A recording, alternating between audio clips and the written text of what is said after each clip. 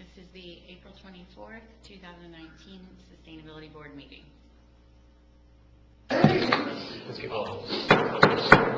All right, everybody ready to get started?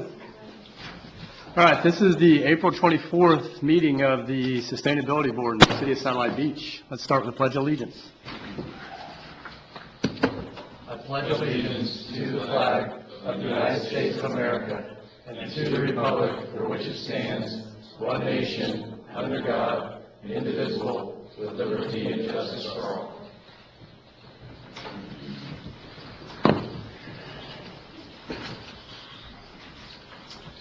Okay, we're going to get started with some public comment, and I just want to remind everybody, if you'd like to speak, please come to the podium, state your name, just so that we can have a record of it on the video. Non-agenda items. Yeah, they speak on the agenda items. Good evening. How you Carol doing? Robichek, 560 Teakwood. I come begging for help again. We have two of our rain barrels that are on the north side. I'm sorry. No, I'm not, because I'm not sorry because we need to get it done. They keep falling over. Falling over? Yes, if you look down at the bottom, you can see that there's a small circle, but maybe if it could be a bigger circle. What happened to the bar that came down that Dave built? I don't think I put one on that one because I Oh, couldn't. this is not the one in Bear. Oh, but I've got another one. No, I couldn't get that up. That was it in Bear. I mean, we put rocks in one of them when they're empty just to keep it from blowing over, but they still keep blowing over, huh? Is it Well, blowing it's over, or only is the been base, this one. Unstable. On the north side. And then the one that's on the I swear. I thought we corner put of it the on. north door, that needs just a little pipe so that the water will drain into it. And so you guys won't think that you're the only ones doing stuff. We are working with our landscaping committee and working on getting the watering schedule set up. And our librarian has been just absolutely awesome. We spent years carrying bottled water. And then we had the rain barrels last time. We now are going to get to use a hose, which we consider really good. But if you could help us with that, I know that this is a really bad time, but I didn't want to lay it all on Nick. No, that's fine. And so We can help. I thought I would wait and come to the meeting. So thank you. Yep, we'll figure out a plan for it. Library. Okay, yeah, if you guys don't know, we do have, Carol's been real instrumental in putting rain barrels at the library, and she had a grant, and there's a bunch of native plants over there, and we're trying to make it beautiful again and sustainable.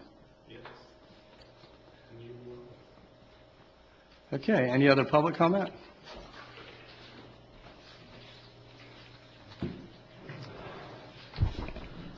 Rodney Smith, 265 South Robert Way. So, Nick, Nicole, and Cassia? Cassie? Yeah. They met with me about 6 weeks ago, and they are one hell of a team, and under 40, yeah, and they plan, we plan Hook Kids on Hook Kids on Gardening program, November 16th. And then,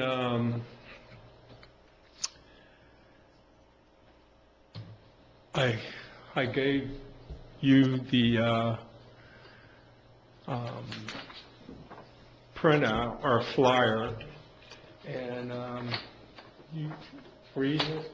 Yeah, okay. And we got an artist that works on our logo. And, so any questions? I am tired. So how did it, I know you had a garden day, like a couple of Saturdays ago, right? Yes, and then I will remind every second Saturday of the month, possibly excluding July and August. Yeah, Yeah, it might get a little hot, man. yeah. It'd be good if you could do it in the late afternoons or something, maybe, just to, because it's hard to get.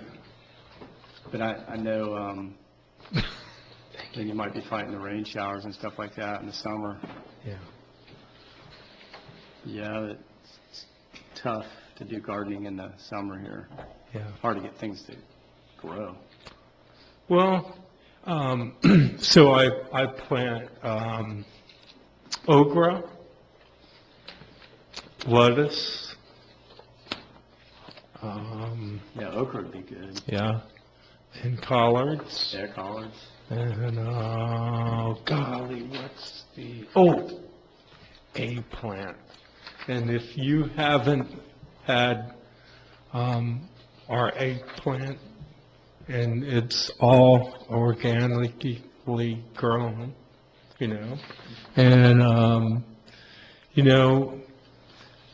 I would like to thank all of you, including Julie and Nick, for letting me do this project. We need like 10 more of you. Yeah, well, Projects like that. That's yeah. awesome. but I am the volunteer coordinator, and I'd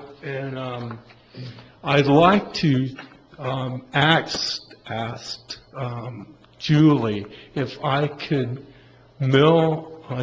email all of you the first newsletter. Yeah, Yeah, keep us in the loop. okay. I have a question, Rodney. Can the kids from the high school get credit, volunteer hours for the Bright Futures? Yes. In fact, we're working on this right now, but, hey, I have two volunteers, kids, for sure. yeah, in fact, you got the volunteer,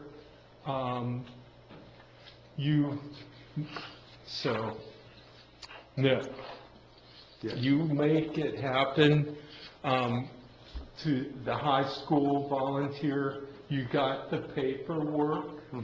Yes. Okay, so forward it to me, Okay. yeah. Thanks, Robert. Okay. Any questions? All right. Thank you, Rodney. All righty, anybody else? Thank you, Rodney. All right, Nick, how about your staff update? Okay.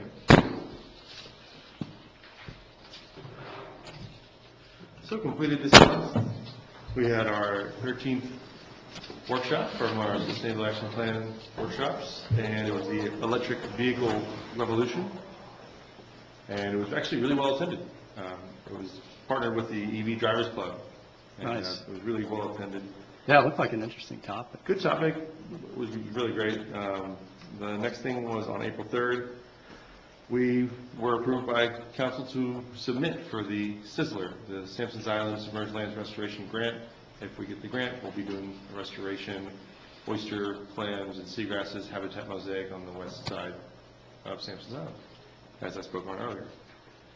On Saturday, April 6th, KBB trash cleanup was held, and Publix sponsored the location over at Pelican, and that went really well.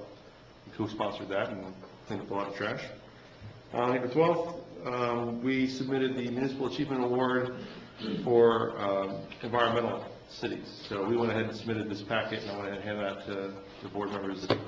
And it just categorizes all the different things we've been doing so far as our Sustainability Action Plan and what we've achieved. We're going to tidy this version up and put this either online or have it available, and maybe even bring it to council. Just going to give it to them as an update, because it's a really great example of what we've been up to. And April 10th, classroom presentation at Ocean Breeze. They had a really great surf rider club there, and I presented to like 50 kids or something. It was really, really good. The kids did great, and they loved the EnviroScape, learning about where water goes in the watershed. And then also underway this month, so we started with the budget for Starry Skies. So we're getting further down the field, how much it's going to cost, and what it's going to look like next year, what we're going to need to buy. Continue testing the alternatives to Roundup over at the library. So if you go over there and you see those 6 different plots, there's a sign out there, and it's hopefully educating people on why those look brown. Where is it, by the library? So I'm not the library, I said the garden, my bad. The community garden on the east side of the racquetball wall. There's 6 different plots being tested for a salt and vinegar mix, a horticultural vinegar, a Miramichi, an Avenger, and different herbicides that are either citrus-based or natural alternatives to the glyphosate. Let's see what else we have. We have Beautification Board, as the Coastal Garden Fair and Earth Day event is continuing to roll. It's taking up a lot of time, and it's coming to the end, and we have almost 40 vendors. That's awesome. And we have food trucks, and it's going to be really, really great, and I hope that everybody can make it and attend that event. How many vendors did we have the previous year, do you know? Only like 20. So we got twice as many vendors. I've been talking it up a lot. Yeah, and we got flyers and flyers up around the city, and we did a press release, and it's pretty well attended on a Facebook page and on Eventbrite so far, so good news there. Also, Jeffrey Chastain is fixing bat houses from the hurricane damage, and he installed a new one at DeSoto, so there's one by the pond up there. Another one of our scouts posted, I posted a Facebook post about this. He did a bring a toy, leave a toy, borrow box up at Pelican and Hightower, and that got great traffic on Facebook. Just really great comments. Everybody seemed to really like that one too, so check that out at Hightower and Pelican. I went to the Sustainability Summit over the last week, and it was really good. Learned a lot, and I could tell you each more about that afterwards. Also, we have the Brevard Sustainability Working Group was canceled because of that event, because it was an IFAS-sponsored event, and we had those events at UF IFAS. That wasn't there. I was also then out of town for the Dolores Sustainability Board meeting, so I didn't get to go to that. But the kids are continuing to try to get sponsors for their water fountain, but they still have to deal with the issues that I spoke on previously of the type and future costs of filters and things like that. Other than that, some future topics is we're going to have our next presentation tomorrow for our 14th workshop, and we'll be talking about dark skies and sea turtle nesting because we're in the sea turtle season. And I'll be talking about how we, as a board, have moved away from the dark skies designation and moved to the starry skies designation, and what that means for the city and how residents can kind of learn everybody's forward thinking here and apply that to their daily life. Are those two separate? No, one workshop. No, but Starry Skies, how does that differ from you Dark were Skies? here last time. Okay.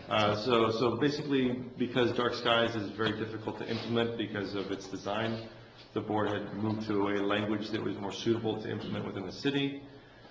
Basically, looking at things that we own and adjusting that. And since FPL owns the lights on A1A, we can't really adjust those.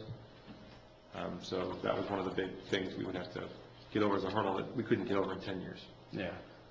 So the next working group meeting for Brevard Sustainability Working Group is on May 20th at 9 a.m. That's at the IFAS building at 3695 Lake Drive in Cocoa. And continuing more stormwater presentations throughout the city with as many schools as possible. And of course, I just got to say it again, April 27th from 9 till 2, the Coastal Garden Fair up at the DRS. Thank you. Thanks, Nick. Any public comment? All right.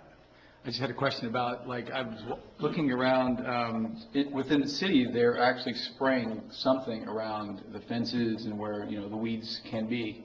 Okay. Is it, which individual? I can make sure I check and they're doing the right stuff. Well, no, it's just the general maintenance. Right. Well, we're moving away from Oh, okay. any of the. So maybe, I don't know what they're spraying. So there's I'm just horticultural curious. vinegar works really well, Maybe the that's- salt and vinegar mix, and one of our employees actually created what is called now the satellite mix, which is a combination of the citrus and the horticultural. Okay, maybe that's what they're using, I was just curious. 'cause I there's think work- so. Yeah, I'll, It's around the park, the new Manatee Park. okay. You know, since you live there, if you see it, let me know, I can go and make sure that everything is. If you want to take a look at it, I just noticed it, I didn't see anybody spraying it, I just noticed it's brown around, Okay. I noticed something. Yeah, It sounds like smell of Roundup too, but. I Okay. didn't smell it or anything, but I noticed it was brown around the edges of park benches, garbage cans, and things like that. all right, well, I'll double check with staff and just make sure that we're Yeah. using the right stuff. Thanks for the heads up.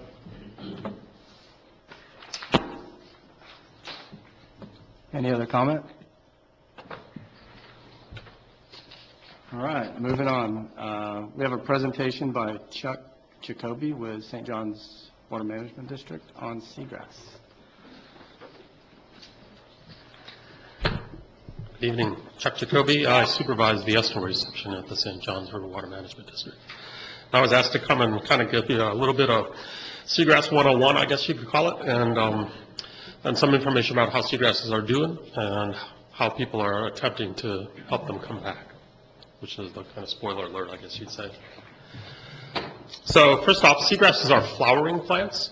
So they're angiosperms, which means that they produce flowers and seeds, not in great abundance often, but they do and can. They're a type of grass, so they're what are called monocotyledons, one germinating leaf. There are 2 or more families, and there are about 12 very diverse genera. So in terms of taxonomy, as you go down, they get quite diverse. And what that seems to indicate is that they may well have evolved multiple times. Essentially, these are land plants that returned to the ocean about 75 to 100 million years ago. So generally speaking, it's probably best to think of them as kind of an ecological collection of plants rather than a taxonomic grouping, and look at the characteristics that they have. And even exactly what characteristics you put on this list is still somewhat a subject of debate. But some of the key ones are they live in salty water and typically nowhere else. They pollinate underwater with a special kind of pollen. They also produce seeds underwater. They have leaves. That's their primary photosynthetic tissue. So like all plants, they photosynthesize. They take sunlight and carbon and nutrients like nitrogen and phosphorus, which we'll talk about a fair bit. And that's how they build their bodies, as it were. As being underwater, they tend not to have some of the issues that land plants have with drying out and things, so they have what's called a reduced cuticle, so there's not as much waxy layer on the leaves. And they also don't have the pores that land plants tend to have on their leaves, stomata, which allow gas exchange. Because they get their gases, they get their carbon from CO2 in the water. They also have what are called rhizomes, and those are anchors, so they help hold the plants in place. Off those rhizomes are roots, and the roots take up nutrients. They live in essentially what would be an anoxic environment. So if you've ever dug into the sediment in the lagoon, you don't have to go very far usually before you get that H2S smell, hydrogen sulfide smell. And hydrogen sulfide toxic to these plants. So the way they combat that is by taking oxygen, which is a byproduct of photosynthesis, and they pump it down into their root system to keep kind of a little layer of oxygenated sediment around their roots. And that's kind of important in terms of how they behave as indicators. So they have a worldwide distribution, and as you can see here from the colors, so the darker green is more different groups. And so you can see that in the tropics near the equator, that's where the diversity tends to be. But they're distributed all the way up the East Coast, and so in very temperate climates as well as tropical. Why do we worry about seagrasses? Well, they provide what are called ecosystem services. So they do things that we find beneficial. They stabilize sediment, so the roots and rhizomes hold the sediment in place. They oxygenate the sediment, so that's good for smaller animals and things that want to be in an oxygen environment. They take up and hold nutrients, and that's a pretty important thing, particularly in a place like the lagoon, because it sort of slows the system down. So they don't turn over as fast as the phytoplankton, the single-celled algae, that, when you get algal blooms. So they kind of slow the system down a bit. They provide food, manatees, sea turtles, kinds of fish. One of the biggest things they do is they create structure and shelter.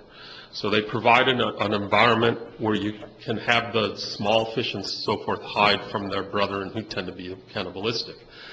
So a lot of the valued species, the ones that people like to catch and eat, will be juveniles in seagrass beds. So in the lagoon, we have 7 species of seagrass.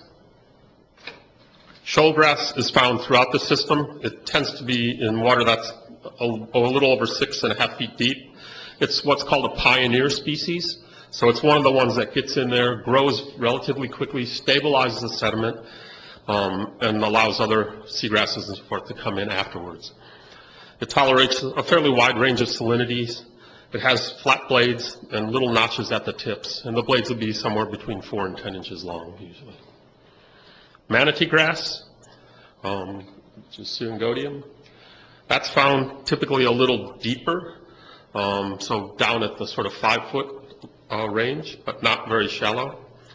It's often in mixed beds with other species, particularly Haliduli, the shoalgrass.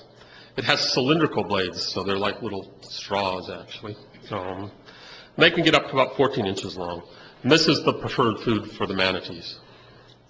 Widgeon grass is found, again, throughout the system. Can be found very shallow, water less than a foot deep. It tolerates low salinity, unlike some of the other seagrasses. The blades are flat and a lot like shoalgrass, but they don't have the notch at the tip. So Rupia usually comes in when we have freshwater events. It doesn't tend to be very abundant otherwise. Stargrass, up in this corner, Halophila anglemanii, is generally more common in the northern lagoon, but it can be found in the southern lagoon a bit. Range depths, often in mixed beds. The blades are about 1/2 to 1 inch long, and they grow in a star-like pattern. Turtlegrass is found south of Sebastian Inlet, so it likes the warmer water. It doesn't tolerate the cold as well. Sort of mid-depth, flat ribbon-like blades that be up to 14 inches long and 1/2 inch wide. And these blades can add about 1 inch per week under ideal conditions, so they can grow relatively quickly. Turtlegrass has the highest light requirement of the grasses in the lagoon. Paddlegrass, likewise, more abundant south of Sebastian Inlet. It's the only species that will lose its blades in the cold weather and then reemerge in the warm weather. It's generally in somewhat deeper water. Blades are about 1/2 to 1 inch long, and they have notches around their margins. Johnson seagrass, this one, Halophila johnsonii, is found only in the southern half of the lagoon and a bit further along southeast Florida. It has paired leaves. They're about 1 to 2 inches long. They can form dense patches, but they're often split. Sometimes the patches in deep water and there'll be another patch in shallow water, so they kind of do the extremes, as it were. And that may be due to the fact that the larger species tend to shade them, so the taller Halophilas and so forth get the light first, and there's not as much light reaches the Johnson seagrass. It was named in honor of J. Seward Johnson Sr., the founder of Harbor Branch, and it's actually considered a threatened species under the Endangered Species Act because it has a limited distribution and a limited ability to reproduce. The identity of the species with genetics is kind of being reviewed, and we'll see where that takes us. Oops. In terms of distribution, Haliduli is the dominant. About 71% of the seagrasses in the lagoon are Haliduli. Syringodium next, Rupia after that, then Halophila thalassea, the other Halophila, and Johnsonii are like 1%. So when people talk about seagrasses, particularly like the district, typically that's what we're talking about, is Halophila.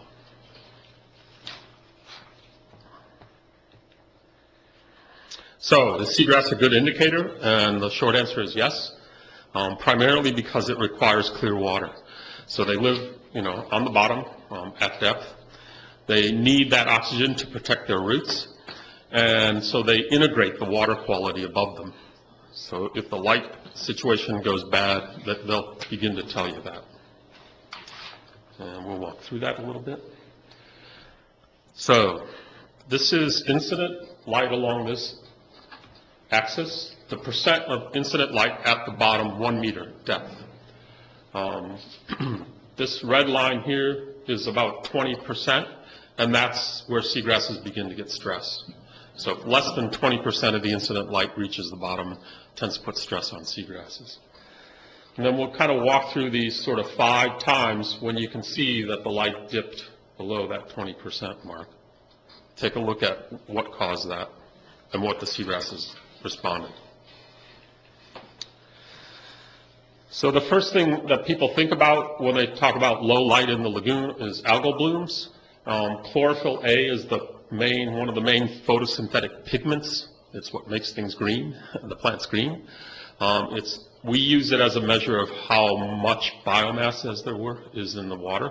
So these are single-celled algae that have this chlorophyll. We measure how much chlorophyll is, it tells us how abundant the algae are. And so you can see here, those first two, probably not, the light dip was probably not due to chlorophyll, because those chlorophyll levels are not terribly high. This is the 2011, what we called the super bloom. That was kind of the start of a series of blooms. At that time, it was one of the highest chlorophyll levels we had measured. As you can see, it was well and truly double some of the ones we've measured in the past. And it lasted longer. So typically the blooms last a month, maybe 2, and that one lasted more like 8 months. Then 2016, that's the brown tide and the fish kill in Banana River Lagoon, which most people remember. And then this bloom here, which is still going on in Banana River Lagoon, began in late 2017, and it's kind of still out there just bubbling away in between the causeways. So these later dips in light probably were due to blooms, but not the first 2.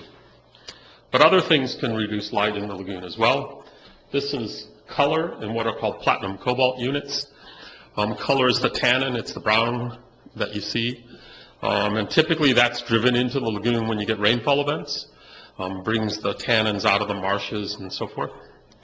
And so, 1998, that was El Nino. There was a lot of rain in 98. This is the 2004 hurricanes, 4-5. And so that's probably what drove light levels down, or certainly contributed to driving them down in that time period. Well, seagrasses responded to that. So this is mean carbon in metric tons of seagrasses in the lagoon. That's just a way for us to kind of get a standard unit to measure how much seagrass, how much phytoplankton, how much what we call drift algae there is. So it's all kind of in the same units. You can see that in the sort of 98 period, there wasn't as much seagrass. There was a dip here following all the hurricanes, but the real dips started here after 2011. A little bit of a comeback in 13, 14, a little bit of 15 when conditions were a little better, and then 16, 17 on, it's been problematic. Does that mean it's completely gone at that point? Not completely gone. It's just really quite low. I mean, it's at 0, right? It looks like it's at 0, yeah. It's pretty low. Wow. So we'll take a look for the whole lagoon now. This is seagrass in the whole lagoon. This is seagrass extended acres. So we look at seagrass mainly 2 ways. One is every other year, give or take, we map seagrass using digital aerial photography. They should be flying in the next couple weeks to do the map for this year, the 19 map. And so this is acres, and this is a 43. They went back and used aerial imagery that was available. And even here they sort of felt that there was already an impact in 1943 on seagrass. And so you can see that it did. The seagrasses spread out further in 2007 and 2009. 2007 was the best year so far. And this sort of uptick, as it were, is partly good management. So things like the Vero Beach wastewater treatment plant discharge was stopped back in the 90s. The Indian River Farms Water Control District reduced their discharges to the lagoon. All those things help reduce the amount of nutrients that go into the system, reduce the kind of phytoplankton blooms that you get, reduce the color that comes in, et cetera. But some of this was also just good luck. So there was a drought back in here. There was a sort of a mini drought in the sort of 9-10 period. And then when we did get rains in the recent past, they've been big sort of flushing rains where, you know, literally millions and millions of gallons of water come through the system, and it just seems to kind of reset the system. So it's not the kind of flush of nutrients into the system, it's like a flush of nutrients through the system. And so that's potentially helped the seagrasses. Now we get into the recent period. So this is the 11 map that's sort of was taken during the bloom or just as the bloom was gearing up. So the reduction was down to about 60% of what we had in 2009. You can see again that acres went up a bit in those intervening years. And then after 16, now we're down to probably about 48% of the acreage of seagrass that we had in 2009.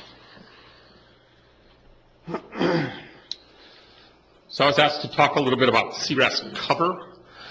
So when they do transects, we do transects twice a year, summer and winter.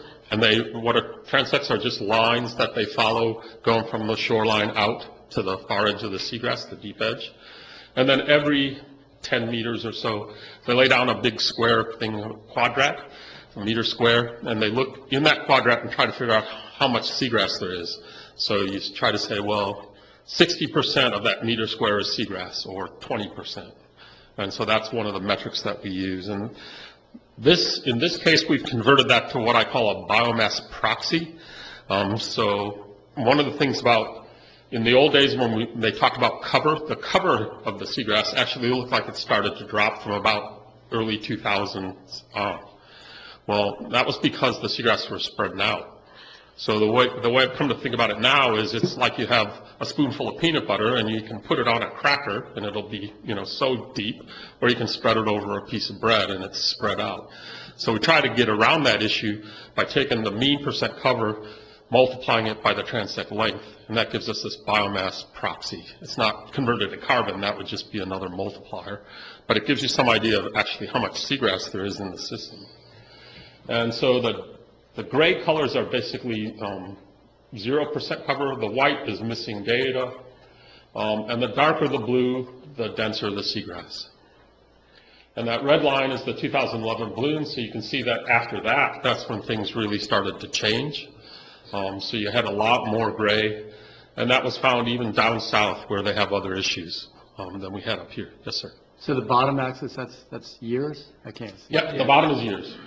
And what's the y-axis? These are transects, so these are each of the transects that people go along. Just randomly located throughout the lagoon? They're fixed. It looks more or less north-south, like It's north-south. location. Okay. Mosquito. Mosquito and goes down to Oh, okay, Banana. yeah, I see that now. Yeah. I got And you. then we come down into northern Indian River Lagoon, that's Turnbull. Cocoa is right in here, right? Oh, Galley. Where are we? So you guys would be just, yeah, right in sort of in that There's area. nothing. So what's the healthiest part of the lagoon right now? So in some places, somewhere near inlets, there's yeah. still a bit of grass hanging on. It appears to be that there's a correlation between closeness to an inlet and there. Is flow what's causing that? It does help, you know, again, because you do get, you know, periods of time when you have the water coming in on high tides, and that provides, you know, often more clear water. But we have certainly seen that things like the brown tide and stuff will go right down to inlets. So it's not like they're the solution, as it were. You know, the flushing is not that great. The water really just kind of sloshes in, sloshes back out. It doesn't exchange. So again, you know, this system is not a river, so there's really no consistent flow, as it were. So there, you know, whatever you put in the system, it's in, say, Banana River Lagoon, there are parts of it where the exchange, the residence time would be on the order of years or at least a year or more. depending on the winds, mostly wind-driven. So, yeah, certainly down here, we got like Fort Pierce Inlet and then Sebastian Inlet to the north. But some of it also has to do with the depth. So if there's shoals, if there's big shoals and so forth, seagrasses will do better there. So, but what we definitely lost was places up in here that, hadn't been so problematic in the past. So not only the extent, but the density as well. And so we get an idea of how that plays. This is an animation of the maps that we produced, so that's going to go 43 up through, it'll go up to 2017.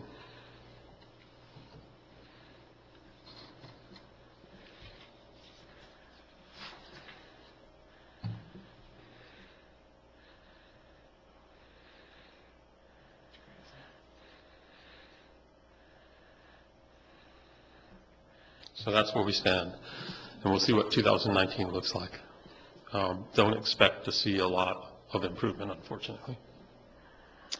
So, of course, one of the big questions is, so what's being done?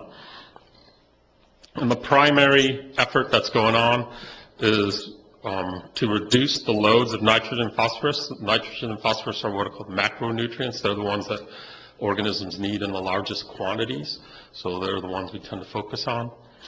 And it's using the total maximum daily load process, where an estimate of what load the lagoon could take without showing signs of impairment is made, and then look at the current load, a little margin of safety in there, and estimate how much reduction you need. And that's the focus. And the plans to make those reductions are in a basin management action plan. If it goes through the TMDL process, Mosquito Lagoon, the stakeholders up there, went a different route, and they created what they called a reasonable insurance plan. So in the first round of this, they didn't have a TMDL. They weren't declared impaired, but they had seen the changes, and they knew that they would be, and so they decided they'd try and get ahead of it, and so they sort of self-organized. So there are 4 basin management action plans, 3 up in this, sort of up in the northern part of the lagoon and St. Lucie, and then this reasonable assurance plan for Mosquito Lagoon. The whole process takes an adaptive approach, so that it's recognized that these estimates of loads that will be okay, as it were, are uncertain. And so there's always indicators in there that tell you how the system's responding to what you're doing. And seagrass is a major indicator in these plans, again, because it does integrate the water quality reasonably well. So how are we doing thus far? Well, this is just the beginning of the second 5-year cycle. So TMDLs are implemented in 3 5-year cycles, with reductions sort of getting larger as you go along. So here we have the total nitrogen load in pounds per year. And here you can see the different parts of the lagoon. The initial is the green bar, that's where we started. 2017 is the orange bar, and the allocation, the target as it were, is the red bar. And so this percent is how much of that reduction has been achieved thus far. So 40, 40. Central didn't get allocations to start with. They were declared impaired, but when they used the seagrass metric, they met the target, as it were. So seagrasses were okay in Central. They're not anymore, and they recognize that. So allocations will come in this round, this 5-year round. And you see 40% here for St. Lucie. So that's phosphorus. Nitrogen, phosphorus here, again, pounds per year on the y-axis and the different parts of the lagoon. So again, 40, 60% in terms of northern Indian River for phosphorus, only 30% here for the St. Lucie area. So it's being reduced by that much? It's being reduced, again, these are, so the way the system works is that people put forward projects. They have estimates of how those projects will perform, and they get credits for those things. So once again, this is, kind of based on credits. You can, if you desire, you could go and measure and maybe get more credit, if you wanted to prove that your approach would be better than what's, people think. But again, it all comes back to how does the system respond. So even if you reach these targeted levels, right, if the system hasn't responded, they'll keep pushing.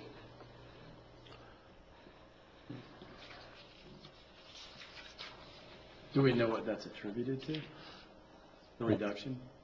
So it's stormwater treatment, baffle boxes, street sweeping, fertilizer ordinances, you know, it's the range, removal of muck, it's the range of tools. And again, I think, you know, certainly right now, in this time, as we're moving towards that target, which is still kind of a warm, fuzzy glow over the horizon, you know, anything you can do to help reduce the nutrient load is probably, you won't regret doing it. Let's put it that way. So, you know, there are arguments about, well, we should do this first or we should do that only. And, you know, I think you just do what you can do and take the opportunities as they arise. So, and people are working hard, which is kind of the take-home messages, I guess. So some of the things we've learned as we've gone along is that events matter. So that 2011 event, that bloom, which when we look back at it and try to figure out exactly what might have happened, looks to be a conjunction of rather a little bit odd meteorological events. So it had 2 cold winters, 2 rather warm summers. It changed some of the parts of the system. For example, in the system, there's also drift algae. That's the other major primary producer, the other thing that photosynthesizes. That's larger algae that rolls around loose. We saw that, the abundance of that go down, and that would reduce the competition for those nutrients. And then the phytoplankton take over, and then the phytoplankton drive the system. So what we're seeing right now is a rather flashy system where nutrients come in and the phytoplankton tend to grab them and you get the algal blooms, knocks the seagrasses on the head, knocks the drift algae on the head, because they both need light and they both live on the bottom, so they get light last, as it were. And that's the kind of system we're seeing. So we're looking to try to get that balance, dynamic balance back a bit. And people are certainly making strong efforts. So, you know, Brevard has the Save Our Indian River Lagoon project plan and so forth.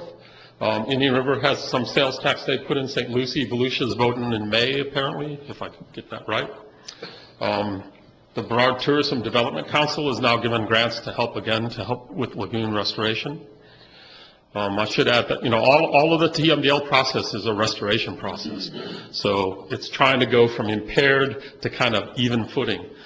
We still have to look for what are we going to do with all the new stuff that's coming in, and that's where the permitting processes are meant to help us. So we'll see how that plays.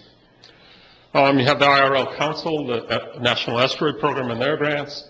You have cost share, from both districts, St. John's District to the north and the South Florida District to the down south. And I think the biggest take-home message I would leave you with is it took us a while to get here, and it's likely to take us a while to get back to where we want to be. Happy to answer questions. So I have a question about seaweed, because I know that's been around for a long time, and when we get a lot of wind, it washes up on the west, or typically the west side of the lagoon, and rots. Is that being measured, or how does that affect the health of the lagoon? So that's what I would have called drift algae. Drift algae. Yeah. Okay. So it's seaweed. Yeah, that's fine. And it's not something that people focus on directly. It's typically measured as bycatch, as it were. So when we do transects through seagrass, we record how much drift algae there is. We get data from the Fisheries Independent Monitoring Group that set seine nets, and they catch drift algae, and they see how many buckets of drift algae they have. But one of the challenges with it is it doesn't stay put. So it's hard to measure. It's hard to chase down. We've tried acoustic mapping, and that works okay, but we probably need to work a little harder on that technique to get it to be accurate enough to be really usable. But we think drift algae is an important part of the system. It's kind of intermediate in terms of how much light it needs, not as much as seagrasses, but probably more than the phytoplankton, and again, that's because it's on the bottom. But it's also one of those things that slows the system down.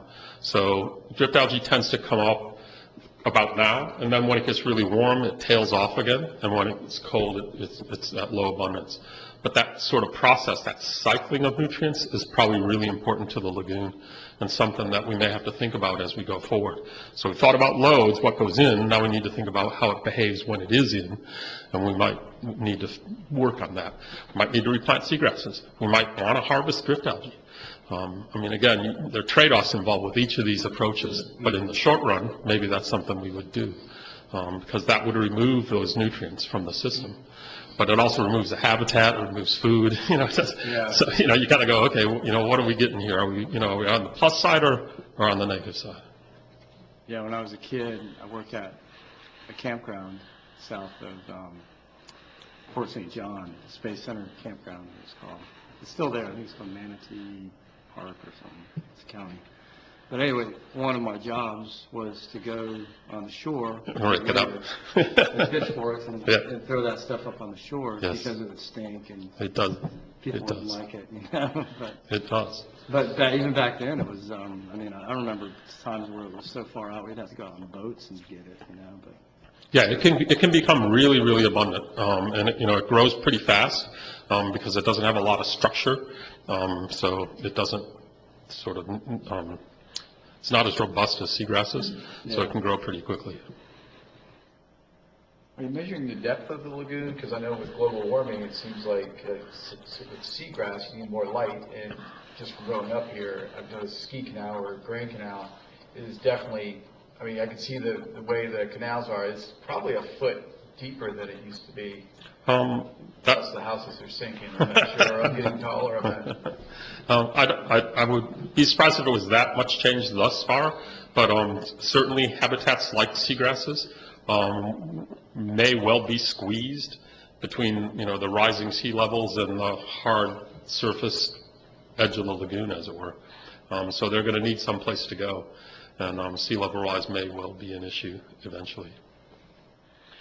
I mean, they'll find a place if there's one there, and they'll colonize it, but, there has to be a space for them, so. Yes, sir. I'm an attorney, not a scientist, and not my subject in school, so bear with me.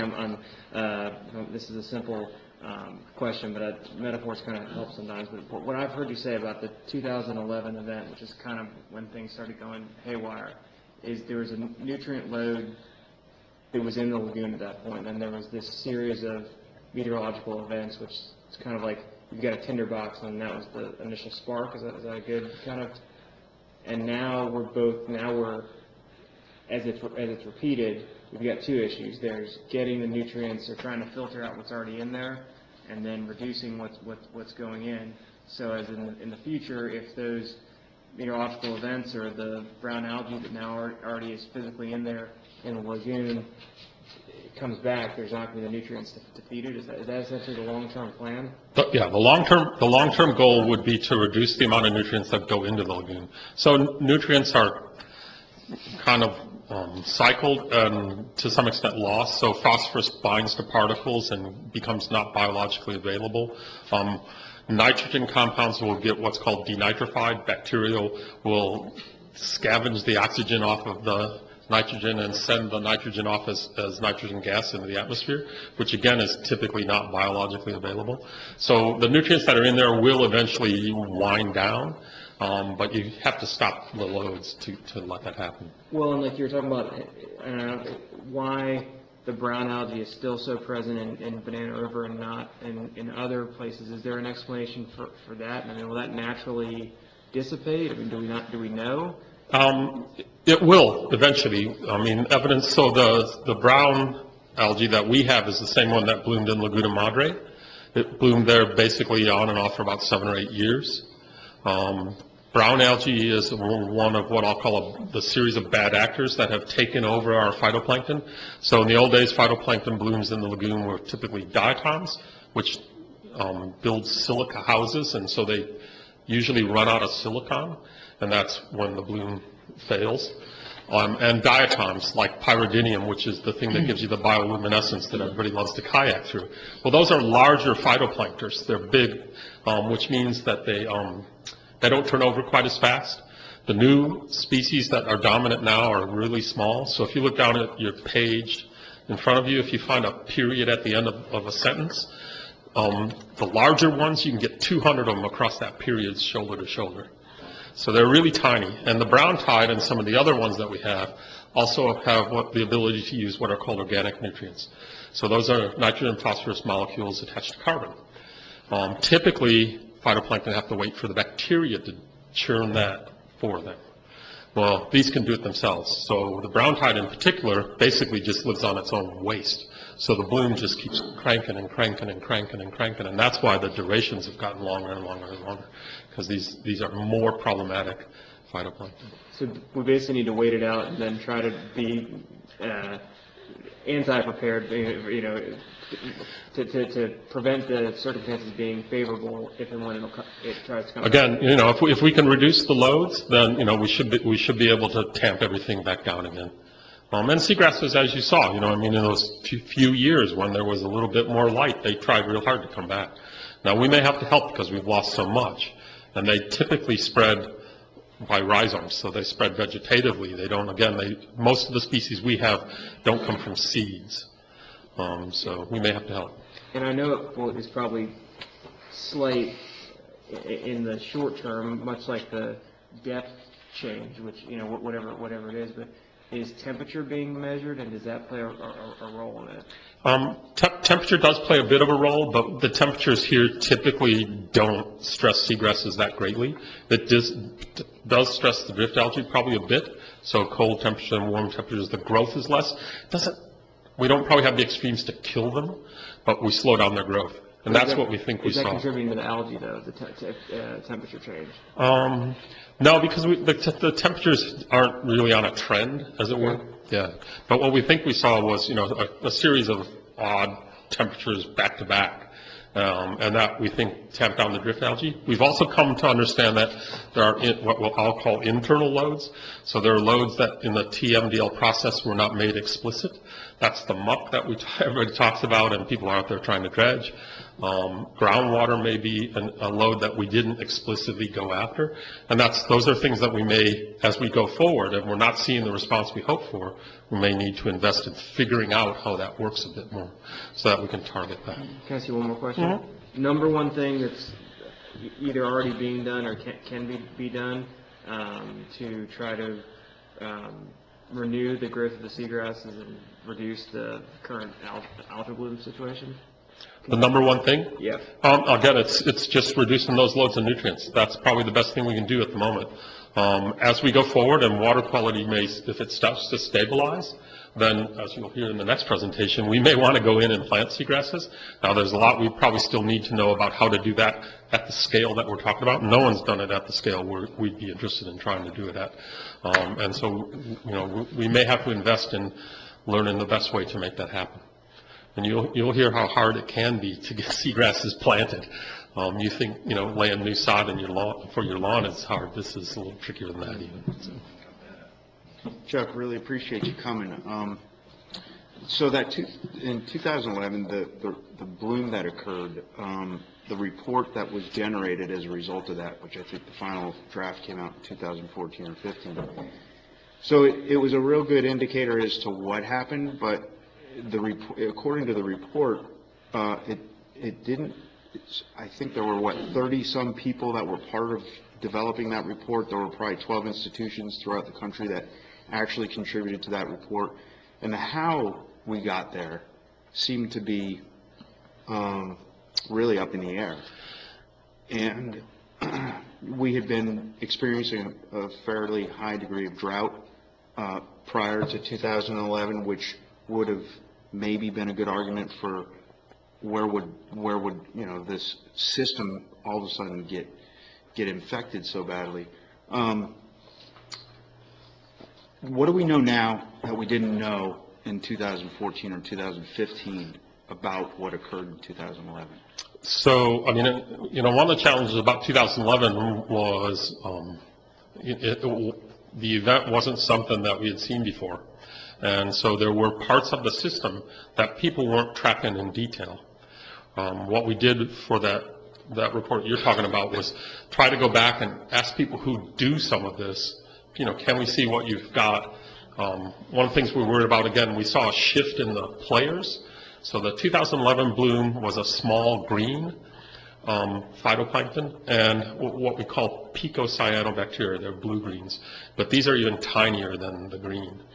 And so we thought, well, one of the things that might have happened is that they aren't grazed very much, so the zooplankton can't catch them and eat them. So we looked at that.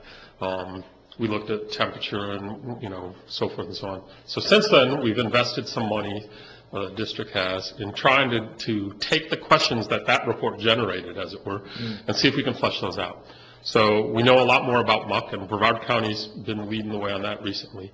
So we have a much better understanding of where it is, how much it fluxes nitrogen and phosphorus, how it relates to temperature, and pH and other things.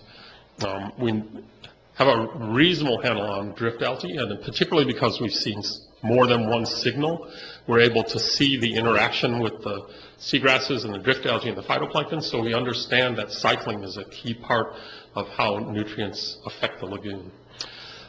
We're seeing we certainly have learned that we have new players. So brown tide, the small green, picocyanobacteria, all these players are all more problematic than the phytoplankton we had before. We've learned that drift algae does have this sort of Goldilocks growing temperature, about 25 degrees centigrade is where it's happiest, and we know that as it tails off, that's less competition for these other things. We understand that light is really important for drift algae. So, we're making progress on trying to say, hey, here's how the system's going to respond to what you do. And as it says at the top of that slide, events matter, and I think that may be the key take-home message. So when we do management processes like total maximum daily load, we manage to an average kind of thing. And we're going to probably have to leave a little elbow room in case we get these weird weather events, as it were, and things like that. Or, wait for the consequences. So those are the kinds of things we've tried to pull together. And there was something that came to me recently, and I just find myself constantly scratching my head trying to figure out why we're doing this. What benefit does the lagoon have by having it artificially heated by a power plant? Probably not a big deal for the lagoon as a whole, either direction, positive or negative. That typically is a manatee issue, and manatees have made a reasonable comeback. And I think now, those who worry about such things, focus on them, are beginning to think about, just how many manatees can we actually support.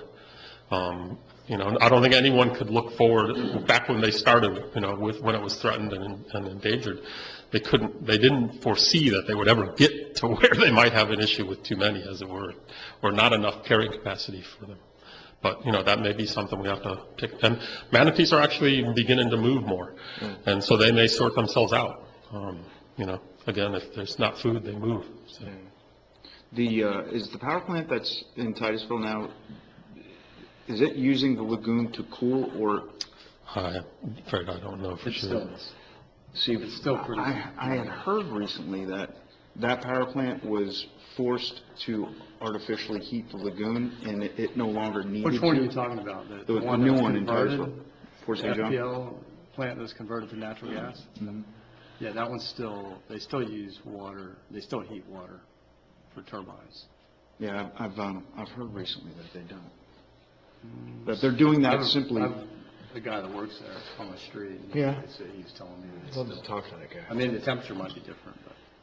That was a great presentation. I really do appreciate it. Yeah, I appreciate it, Chuck. That was awesome. I think we're all a lot more informed about the lagoon and seagrasses now, and can make some good decisions. All right. Thank you so much for coming. Thank you very much. All right, any public comment? We got to kind of keep this moving quickly because we got a lot of agenda items, but we can squeeze somebody in. Okay, moving on. Now we have a presentation by Aaron McDaniel and Mary Ben Anderson on the Merritt Island Airport Seagrass Project. So, welcome. Thank you, Mr. Chair, members of the board. Thanks for having us here. My name is Aaron McDaniel, and I have Maribel Anderson with me. We both work for Michael Baker International, a mid-sized engineering firm. And it's nice coming here tonight. In fact, I ran into Dylan, who I know, and I also realized that Courtney Barker, who one of my clients is the Airport Authority in Titusville. She used to be on the board there, so it's kind of interesting to come here and see these things. We're really happy to be here tonight, and thank you, Board Member White, for inviting us. So Maribel and I worked on a project in Merritt Island at the airport there, where we have successfully been able to recruit and grow seagrass. We started the project as an FAA-funded airport project, and that's kind of how I got involved. I'm an engineer, and she's the environmental scientist on the team. So we started the project and ended up working through some mitigation techniques, and we're able to, develop our seagrass mitigation, and it's just had a lot of success, and we want to share that with you tonight. So, as you see here to the left, that's just the location. I'm sure you're all probably familiar with where the Merritt Island Airport's located, there at Sykes Creek. Do we have a clicker or?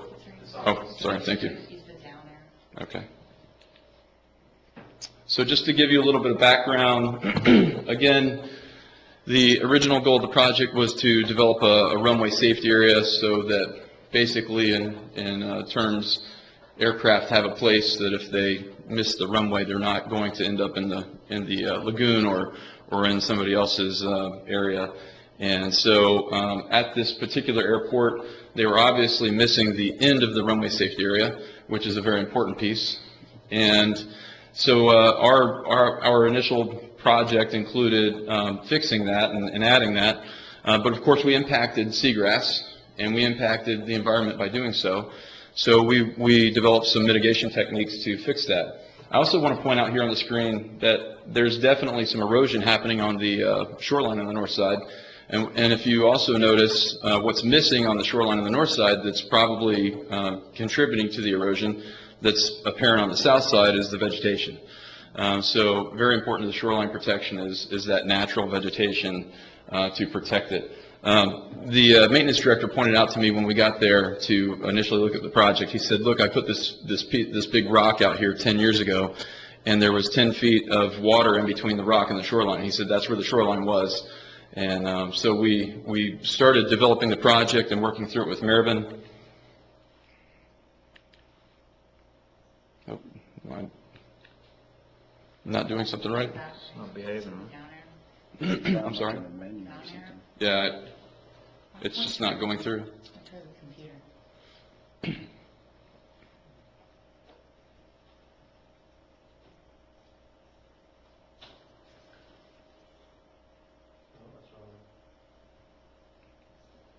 Let me try it one more time. Okay. Oh, there we go. All right, it's working again. Okay, so we analyzed and we mapped where the seagrass was located, and you can see that denoted in some of the lighter green colors around the shoreline, both on the eastern end of the runway as well as on the northern shoreline. And then we developed plans to build that safety area, basically fill in the end of the runway with soils. But then as part of our mitigation techniques, we worked with the authorities having jurisdiction. So there were two major components. One was to create this underwater island to build in some soils to create the right depth for seagrass recruitment and transplanting and growth. The other thing that we did that's not on the screen was we worked on a mosquito embankment, or I'm sorry, mosquito impoundment, and took out a lot of the invasive species there, and also worked on the shoreline there. That was about 2.5 miles south of the airport on Sykes Creek.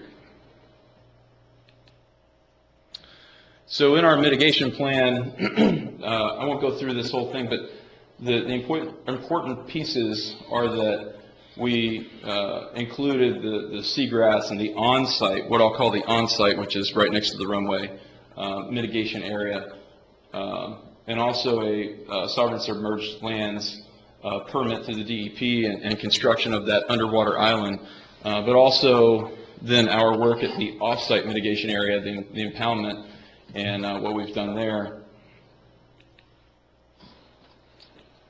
And so getting into the design, we looked at this area next to the runway that had different depths of water ranging from about 8 feet just to 2 feet.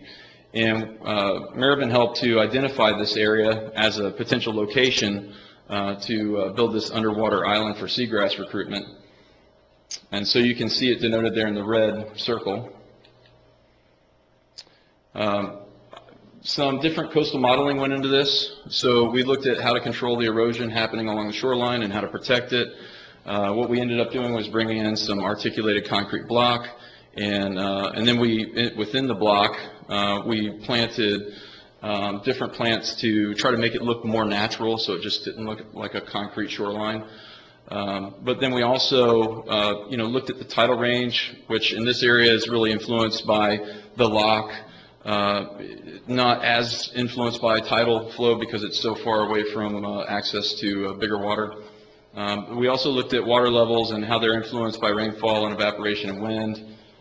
And all of that went into our modeling of the water level and the wave action at this area and went into our design. Another thing that we looked at and we incorporated into the design was how do we, once we put the soil there, how do we keep it there? And so we brought in the core mat, and the core mat was really to stabilize the outside edges of this underwater seagrass island. And it really helped to stabilize and keep that soil there so that it would provide enough time to get the seagrass to recruit, grow rhizomes, and be able to stay there long term.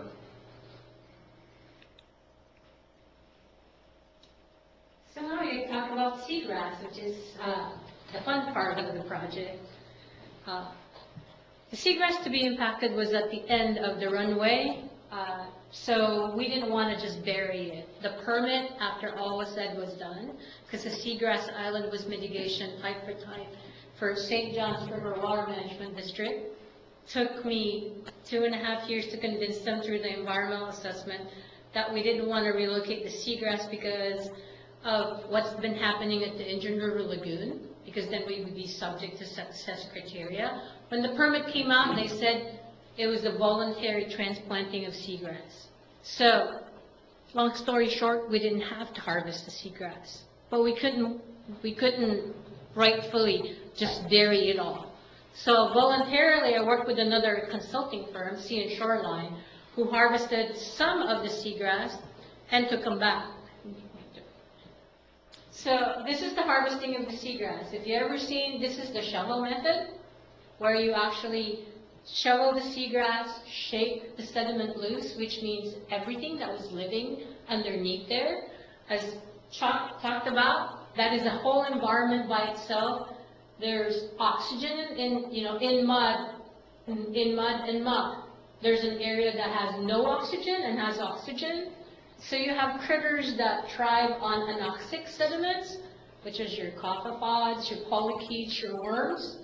And then your other structure on the top, which was your macroinvertebrates and your invertebrates that live there, which is your like shrimp, little crabs, etc. So when you shake them, all of them like get loose. So if you've ever been seagrass harvesting, make sure you wear long pants that are waterproof because they all come to bite you.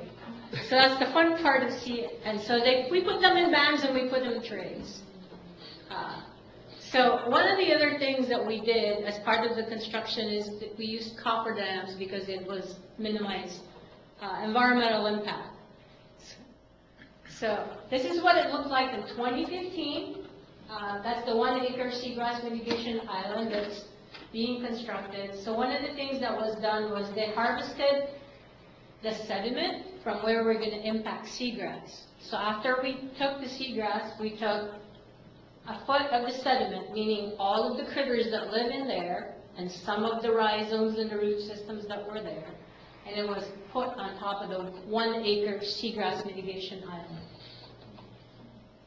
So that's while they're building the seagrass, it was just slurry.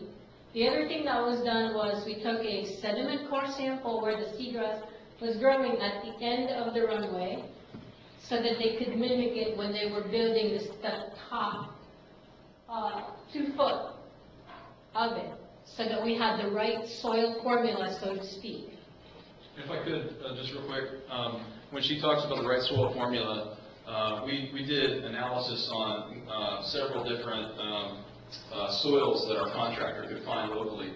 We ended up using actually a dredge material that was coming right out of the port that turned out to be the best type of sand that we could find that we could use here.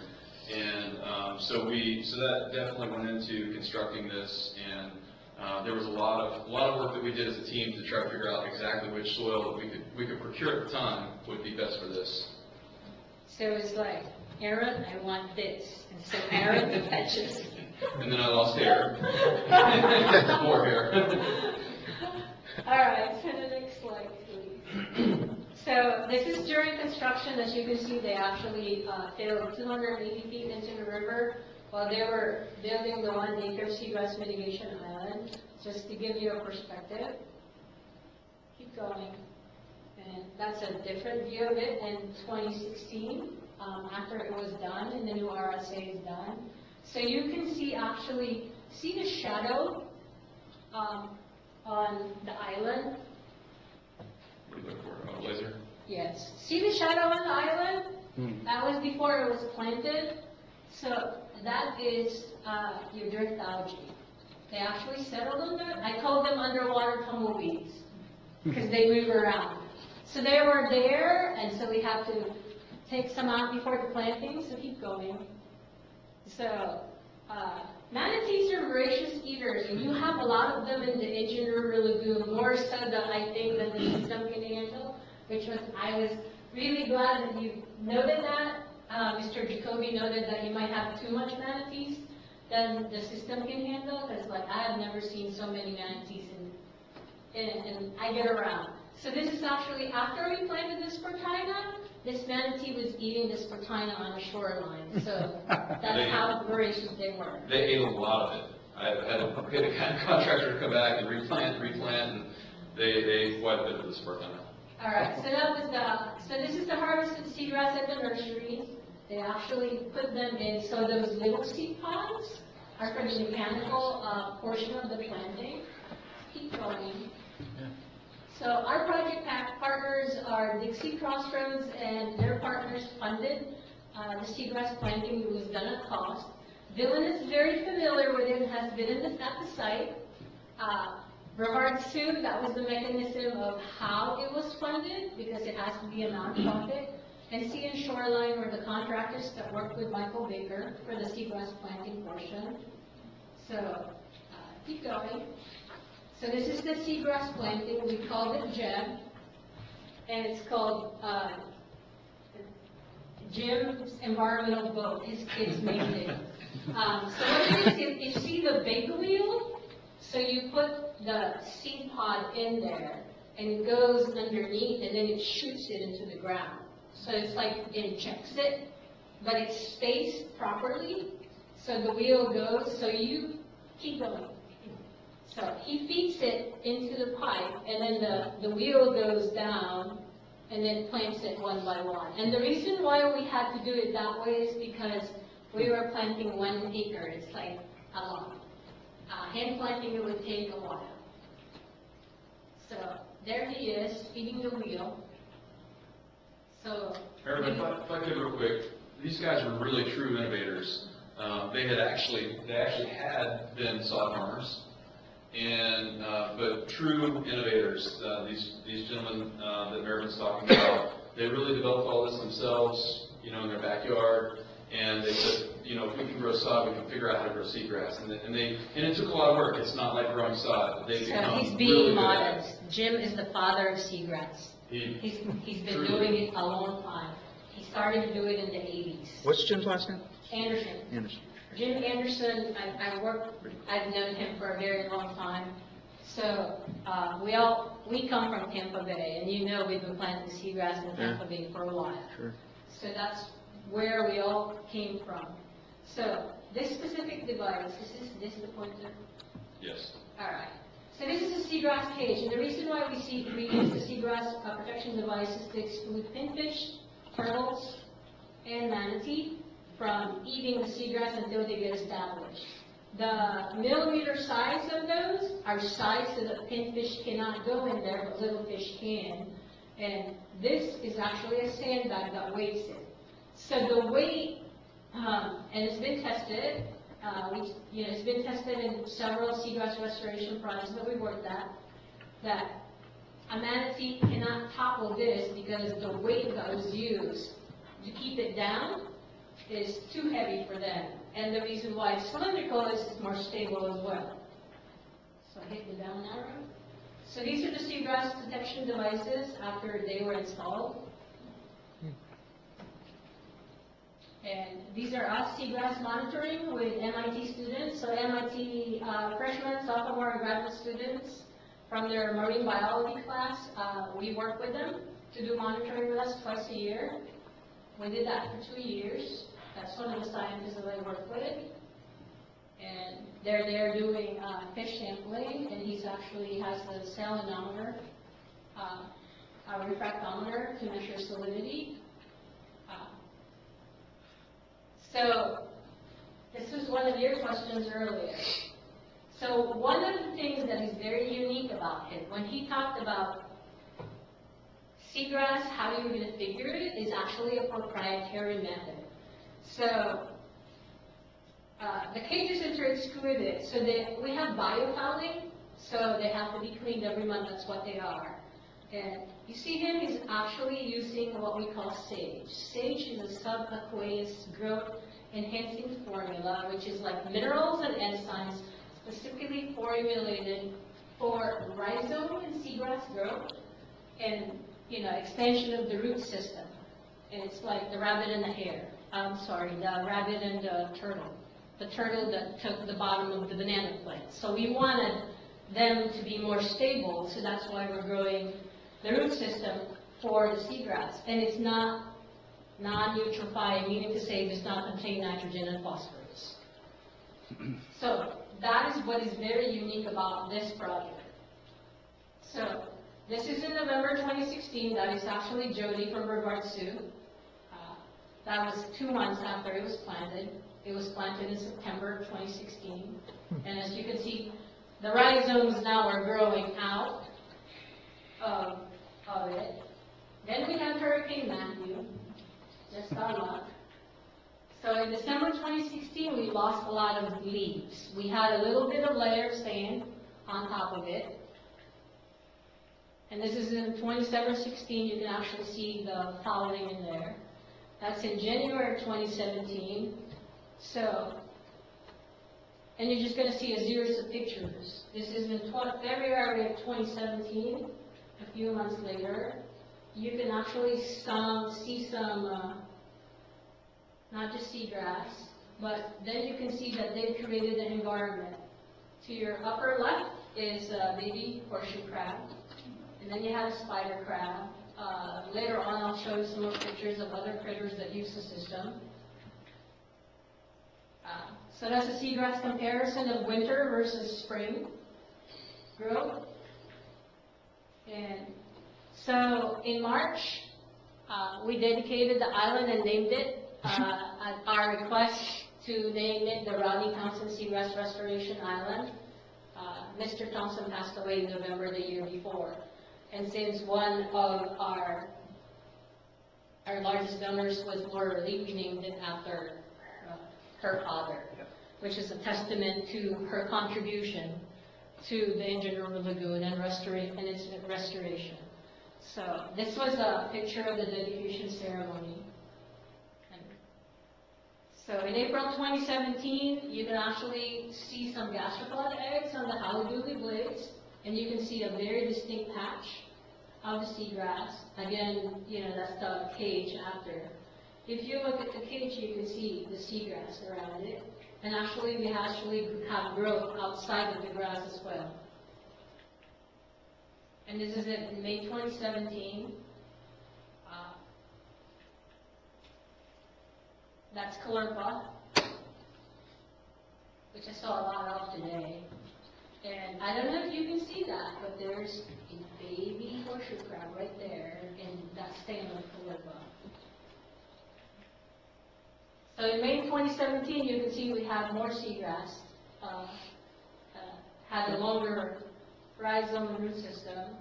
So did you still have the cages at this point, or did you take? Getting there. Okay. Getting there.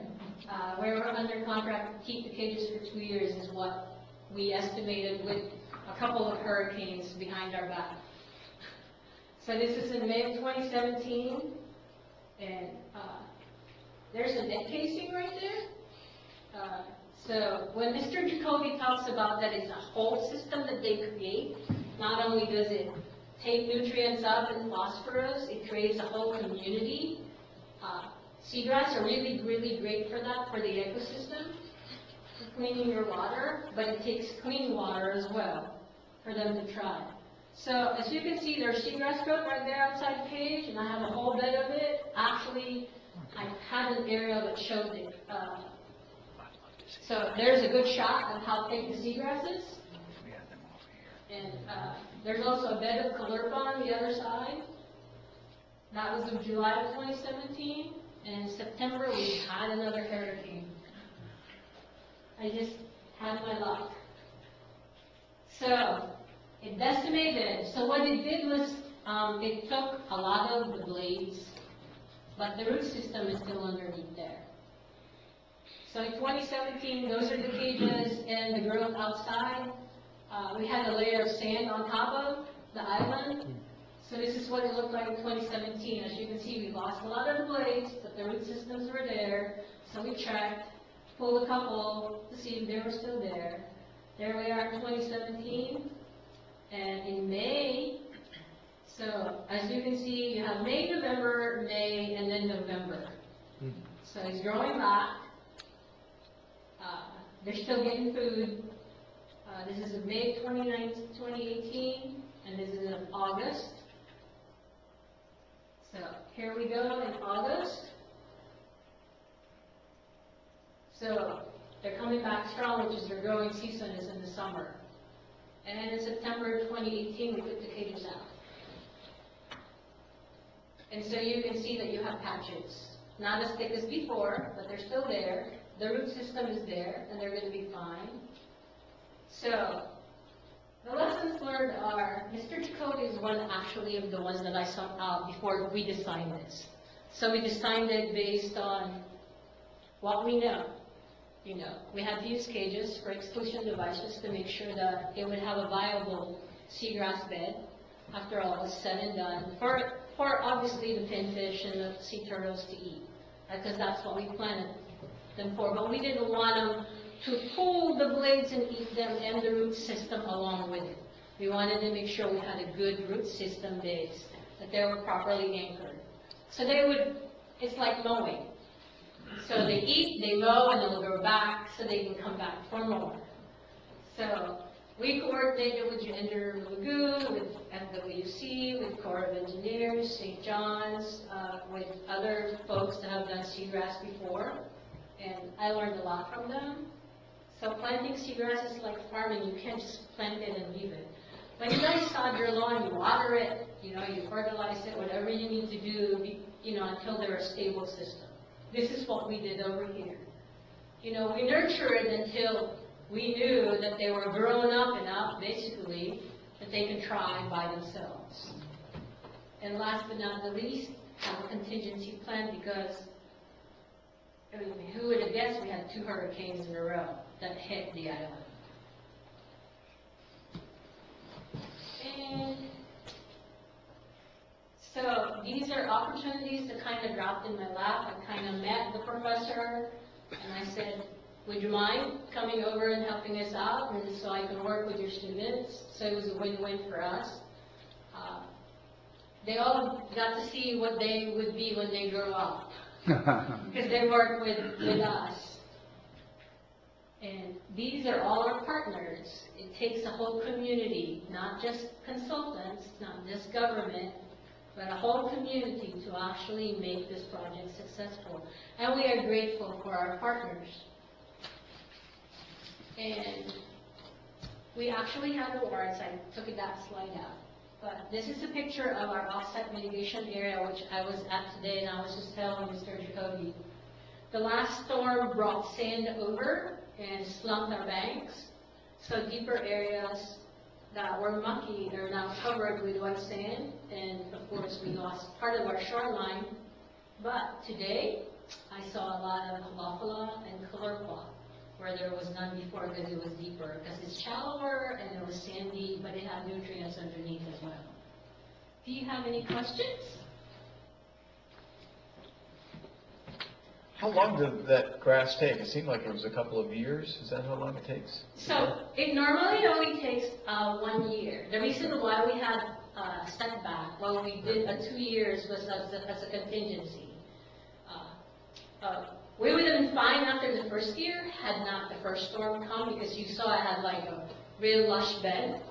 But then the storm came, and so we didn't want to let the project go. We want to make sure that it was going to grow back and continue monitoring it. So typically in a year, using sage, you can grow it, that is without a storm happening and taking all the blades. Yes, sir. I don't know how much you can talk about your project, but it seemed like the PVC started showing up towards the end of the project. Did you guys start utilizing that for fertilization, or? Oh, what do you mean PVC? Well, I saw in the beginning you guys were manually fertilizing, but then towards the Oh, end. no, the PVC are quadrats. That's what we use to monitor. Okay. Yeah. So it's a little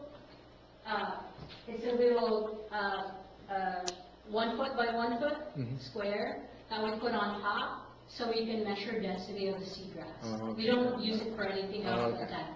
I was Yeah, it's just showing how much grass there is within that quad. Okay. So just like when he was showing you all the dots with the tram sites, so in the state of Florida, there's a known way of monitoring seagrass. It's called the Brahma blanket method, and we use that quadrat to measure percent cover. Okay. And if there's like different species of seagrass, we basically divide it as well. Okay. Yes, sir. 2 questions, and I guess the first one's kind of a two-parter. It's visible from the photos there that you've got both brown algae very, very present, and it, just from knowledge of the waterways, I think of Sykes Creek as being a relatively stagnant, even by Indian River standards, body of water. So it seems like neither of those things prevented you from being able to get seagrass to grow. Did that make it more of a challenge than it otherwise would be? And my second question is, price per square foot, how much does it cost to do this? Okay, so for your first question, when we had the brown algae on it was because they were not done grading, so it was kind of like a bowl. So as they rolled, they found a depression and they settled. So when they finished and they graded it even, then they kind of rolled away. I mean, we took them out as well, but they couldn't roll back because it's not settling in a bowl. That was the first question. The second question, I cannot answer the question as price per square foot, and the reason why that is because this was a demonstration project. It was not so much, Priceless.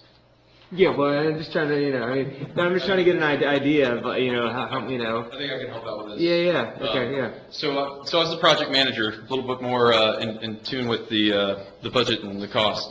And I can tell you that for what we did it, the way that Maribin was able to take care of it was a much lower cost. But as we bid the project and we got bids in, the cost came out to about $8 per square foot. I just calculated on my phone.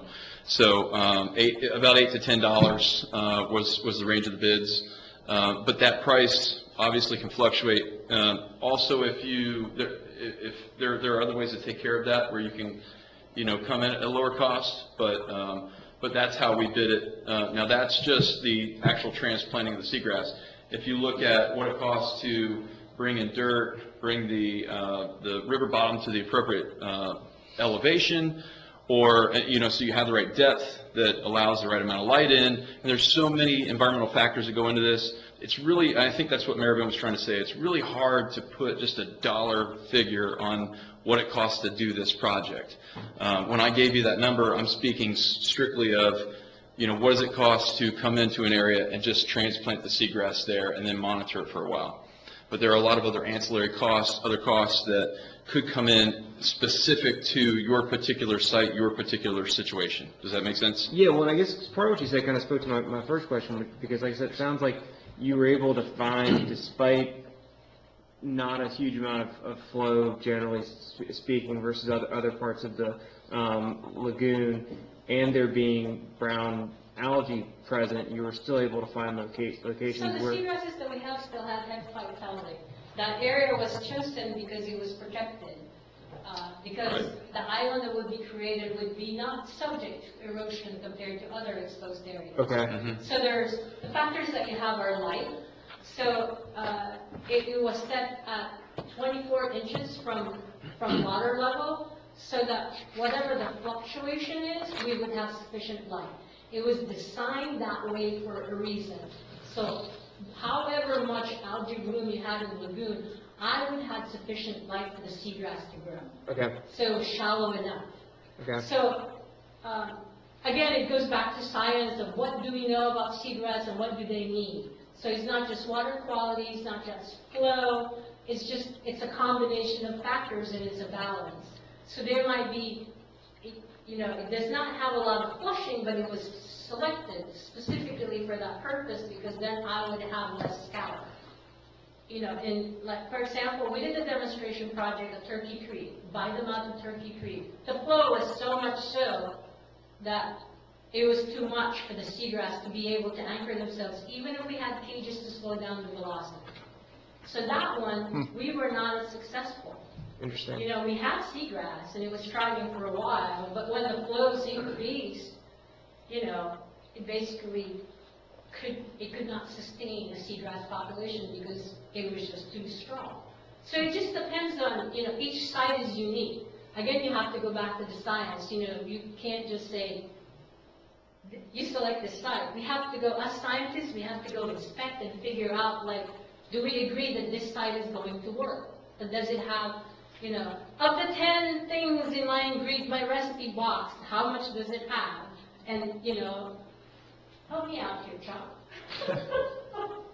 Yeah, so what she's trying to say is there's a design, a specific site design. You've got to select the site, make sure it's viable for the complete system. And then, obviously, it's not just planting it, but then, of course, following up and really, taking care of it afterwards. Does that answer your question? The method we use is similar to farming, so to speak. We're farming the seagrass, and we won't let it go, until we're sure that it can, it can survive on its own and thrive. But there would be other areas of the lagoon that could be viable, I would imagine, right? Absolutely. Yeah. I mean, we can take a look at the whole lagoon and select areas. And so you have to go to the historical areas and look at the areas where the seagrass used to go to grow. That's where we start. And then we look at it and the conditions now and look how close to it to the conditions before when the seagrass were growing. Because if the elevation has changed, if the flow has changed, if it's more exposed, then, it might be a no-brainer. Maybe seagrass was conducive there before, but the conditions that made it conducive to seagrass is no longer there. So, again, you have to evaluate the site. I mean, again, as scientists, you have to take a look and basically investigate to see if it's a viable location or not. Not just natural factors, human factor too. What developments have taken place since those original pictures were taken? How many boats come through that area? What are the wave action like? All of those things come into play. So that's where, it's really a complete system. You have to think about it holistically, not just, I have an acre and I want to plant seagrass here and it's going to work. There's really a lot of assessment that goes on ahead of time and then thought about it that goes on, well through the future. All right, we got to keep moving, guys. But we really appreciate that. That's a great project, and Thank you. Mr. Chair. It looks like it was a big challenge, and So you guys thank were you so successful. much for that was- inviting Yes, us. thank you. Thank you very much. If it pleases the board, I'd like to just make one comment on the previous presentation. The comment and question about designing stormwater features and reducing loading going into the lagoon, that's something that's really, as a civil engineer, has become a change that I've seen over the last 10 years on how we design for target nutrient loading or reduction. And I think that it's something that you should see from all of your engineers building developments here in your city, and something you should consider. There are a lot of ways to attenuate and treat stormwater besides building ponds. And using presumptive criteria is something that we did a long time ago.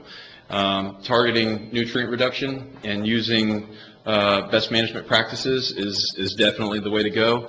And it's not just good, it's fantastic for the environment, it's good for people, it's good for everybody. So I just wanted to say that as a civil engineer, to close the loop on that, the new best management practices techniques are really what you should be looking for as you look at how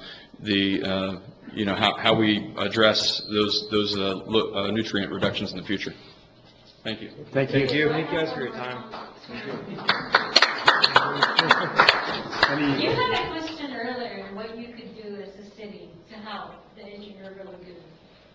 I don't know if you have it already, but if you passed an ordinance on fertilizer and pesticides in your city, the non-use of it, that would reduce nutrient load to the Engineer River Lagoon. And you would not be the only one. There are a lot of cities that have already done it. Here in Florida. Are you talking about glyphosate specifically? Sorry? Are you talking about glyphosate specifically, or just fertilizer in general? Fertilizer and pesticide, fertilizer, non-use, not allowed at all in your city. So that's one thing that you could use that could reduce nutrient load. We're trying to move in that direction. We have a lot of plans and motivation to get people away from green grass, typical Florida yards, to more lagoon-friendly yards. But we definitely could do more things like that, I agree.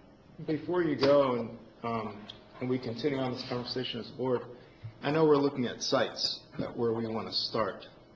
Do you have kind of an idea of how we should continue this conversation? Like, should we look for areas? What signs of a good area should we look for? I mean, what's the spot where we want to be propagating? Off Sampson's. Off Sampson's Island? On the west side. I feel like there should be. If there's some time, we should probably table it. We can definitely schedule a conference call. I'd be more than happy to engage you on that. But you have a local scientist as well, and we can help guide them. But I'm respecting your time. It's not something that can be done and can be answered with one question. Yeah, it doesn't sound like we're just going to go somewhere, find a bunch of land, and just Sure, put you our have my seeds card. out. Right. Thanks, Mayor Ben. Thank you so much. Thank you. All righty. Any public comment? All right, moving on. So agenda item 7 is discuss, take action on participation at the Coastal Garden Fair and Earth Day celebration, which is coming up this Saturday from 9 to 2 p.m. Do you want to lead that discussion? Well, we're pretty much on our way there. The last thing is who's going to be there and how can you help? So if every board member will just tell me, what they want to do. Be there to set up. We're going to start setting up at 7:30. We should have some PAL kids there and some other help as well. All the spots are marked. You'll just help set up tents, set up tables, and help vendors to their location. And that'll be a lot of help. 7:30? So Yep. do you want to write me down for that? All right. I can be there at 10. 10, okay, great. Yeah, if anybody wants to specifically work the sustainability tent and booth, that would be a lot of help too. So 7:30, Chris? So when? 9:30. 7:30, 9:30? Yeah. Okay.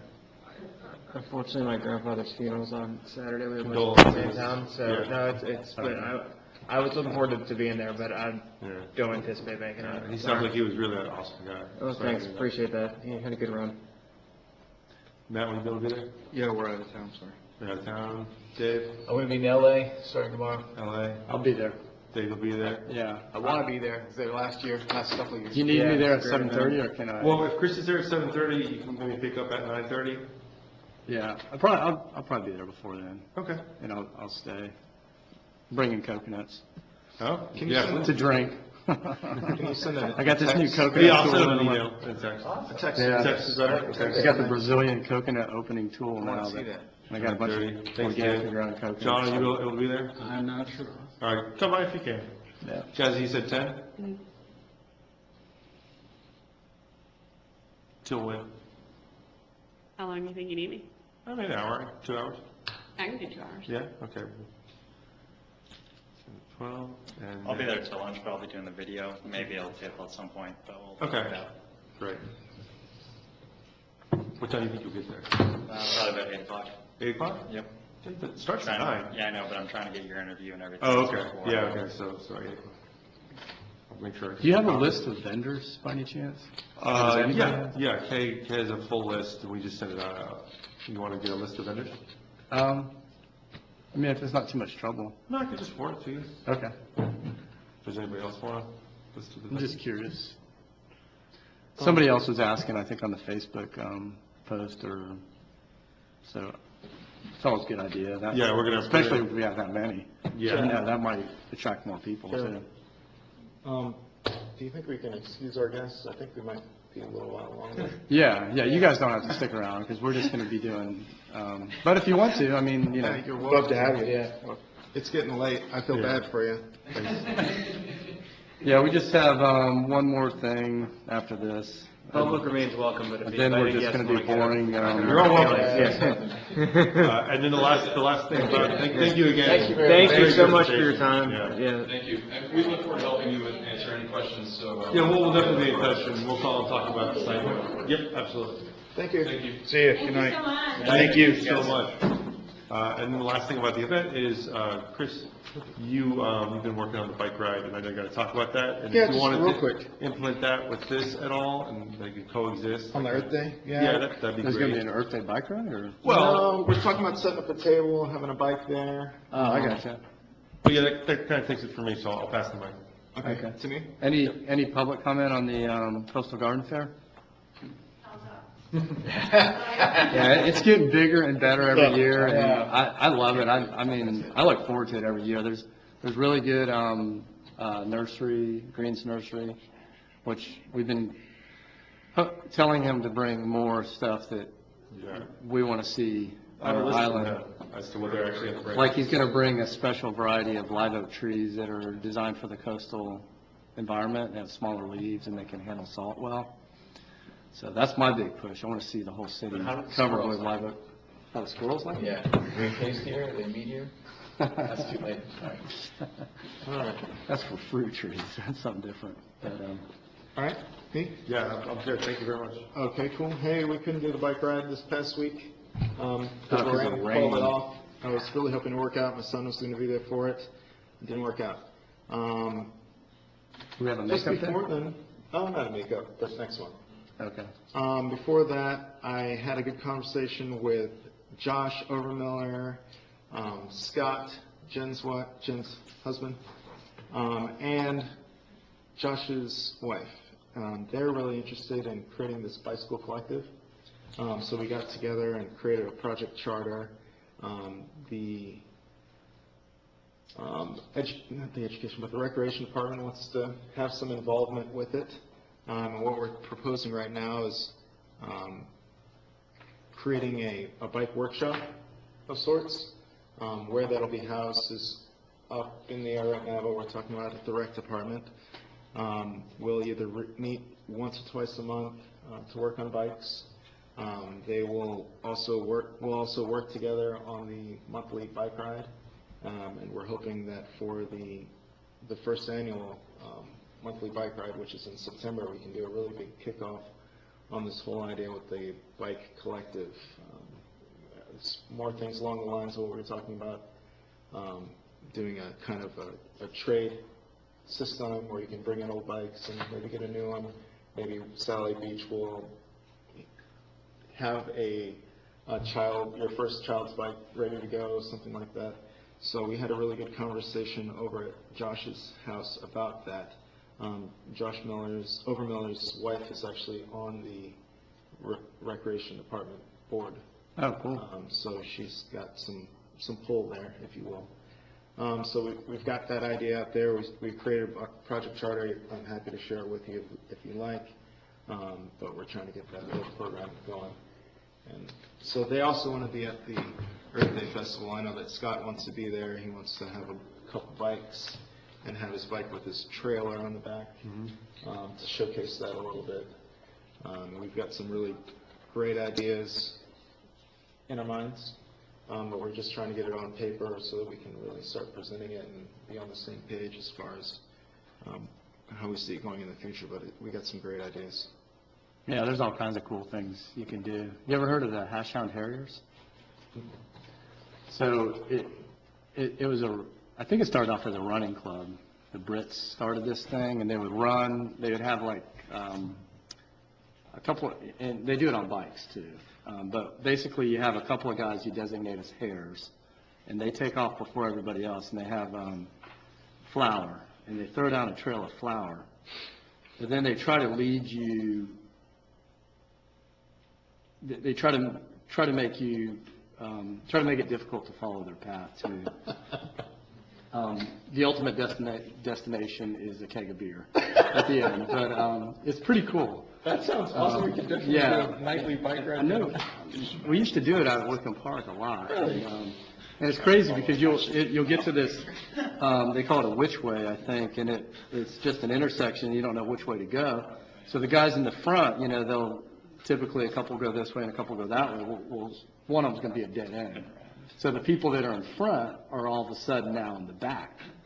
So it changes, like you don't have to be the fastest to be able to get there. You just have to be kind of the smartest. But that's really cool. Yeah, but it's something to think about. Maybe we can do a variation of it that's more kid friendly. That's really awesome. Yeah. I wish we had that for Easter, but I mean, we had to cancel it anyways. Yeah. And they have like special symbols, like you'll see a BN, which means beer near, so you know you're getting close to the end. But anyway, just a side thought there, but. So just, I think it is sell one of those. I'm just kidding. Yeah. That's a joke. Just to recap, Josh is definitely going to head up this new thing. We've got his phone number. He wants to be the contact person for it. We're all going to be involved. And yeah, I'm really excited about it and how it can be. They are all very excited about how it can be a sustainable type of project. And yeah, it's crazy how that took off, and I'm glad it did. Yeah, it's really cool, and anything to get people off the couches. And Can I also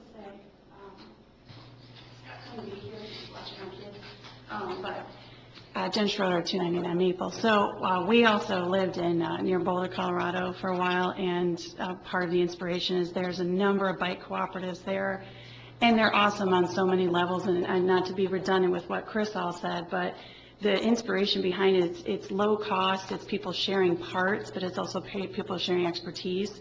But when you have a cooperative, a collective that sort of has a root system to, mirror seagrass, you're able to partner with other organizations much more seamlessly.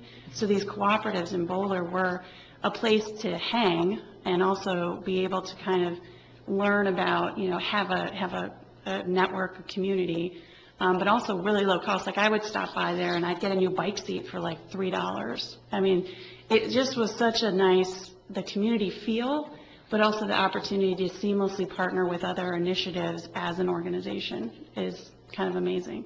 So they just grew these things and had this network of cooperatives. That was awesome. So that's what Scott would say, I think.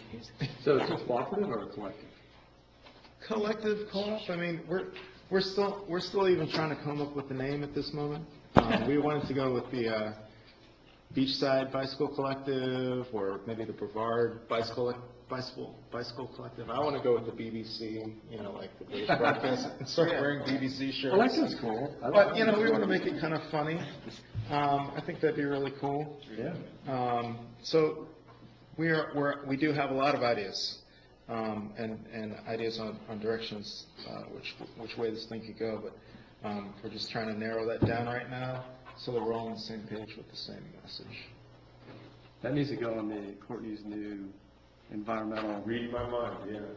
So you could be the next hashtag, my environmental project. Yeah. No, I mean, it's gonna be all of us total. I mean, Okay. Scott's Yeah, also, keep he's going, on, man. It's he's good. on, he's gonna be on one of the boards, correct? I think he's putting in an application, and I will be on your board next month. Awesome. Perfect transition to the next. Yeah, perfect transition to the next action item. So the next one is discuss, take action on chair and. Chuck. Thank you. Thank you, Chuck. Thank you.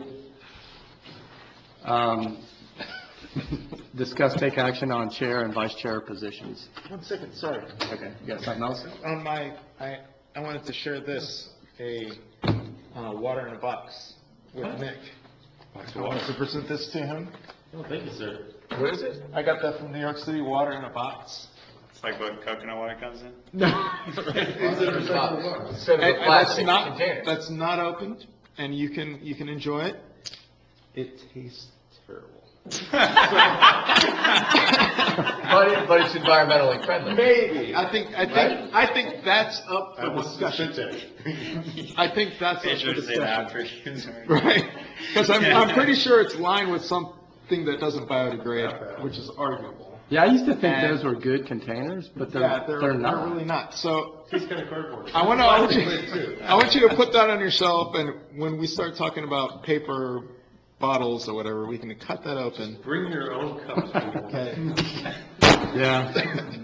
Looks like you've got a milk on your, Is there lots of chow on here somewhere? Better. I had enough for all of There's us, tap water. but then I opened it and drank it. I was like, man, I'm not going to carry all this. just make Nick drink. And it's not that cheap either. I don't really think it's. How'd you get that through the airport? You guys put it in your luggage? Ex check bag. But I didn't want to carry all those bottles back and then have one break Personal open. question. I've seen it at Target.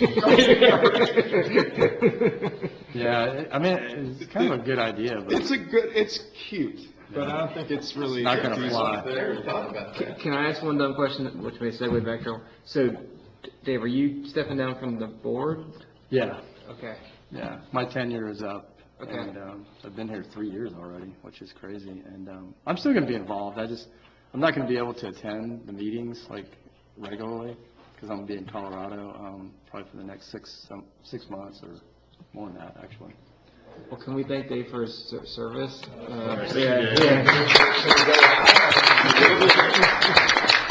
Leadership, I should say. Yeah, we'll go out. My wife's out of town, so party all night. Oh, man, you're on record with that. Yeah. This thing on? I really didn't listen to that. Table that. So anyway, back to. I'm sure he has to call her when he gets home. Not took care of. So yeah, you guys have to take action on replacing me. So how do we normally do that? I sent it in that email. Yeah, so we have to I nominate Chris to be the chair. Would you be interested? And then. Well, So that's they the can just vote makes- on that, right? That's how that Just works. say yes. Well, we need a chair and a vice chair. Yes, I'll do it. Then I'll second. I'll be here every week, every month. So we have a second. Yeah. I'm sorry. Well, we don't need a second, it's just a vote. It's just I know. but So is this for who chair or motioned? for vice chair? Dave.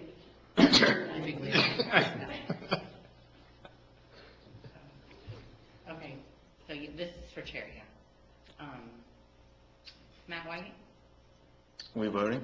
Yeah. Yes. Christopher Reed? Yes. Mark Boyd? Yes. John Fergus? Yes. David Gliotti? Yes. Dave Floyd? Yes. Motion carries. Hey.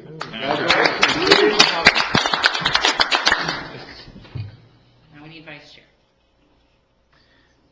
Do you wish to retain? Oh, no, we just have to revote you, that's all. That's fine. If I can I'll nominate somebody again. I'll nominate Dave Larry. Okay. And do you want us to continue? No, I would be Happy to, if somebody else, please, I mean. we Oh, that's got right, you're vice wonderful- chair now. So you- I've been. Yeah, I know, but, so why are you have to We need Just to have to say it revote on again. it. revote? We're supposed to do it But yearly. Okay. there's other people that might be interested in, I've been here for 3 years as well. Who else might be interested? Thank you, John. That's well said. There you go. Good way to start out. And we have someone new that's going to be coming now. I We mean, don't know your I- qualifications, but you I- may be interested. I've been vice chair of the board before. Have you? Well, how many years' experience have you had? Are you trying to give it What away? more? Like, I mean, Remember, he's not an official board Okay. member. Just saying. Well, we could wait for a month. You're a lawyer, this is good for you. I'd be happy to do it, but if you want to continue, I don't want to stand in the way of continuing your tenure. I can't nominate anybody. I don't think I can. I'm the Yes, chair. you can, Dave. I'm still the chair. Dave, big rowdy. Yeah, you can. make the You motion. can. Sure. You haven't taken your seats yet. That won't be effective till the next meeting. All right. I nominate Art for the co-chair. Vice chair.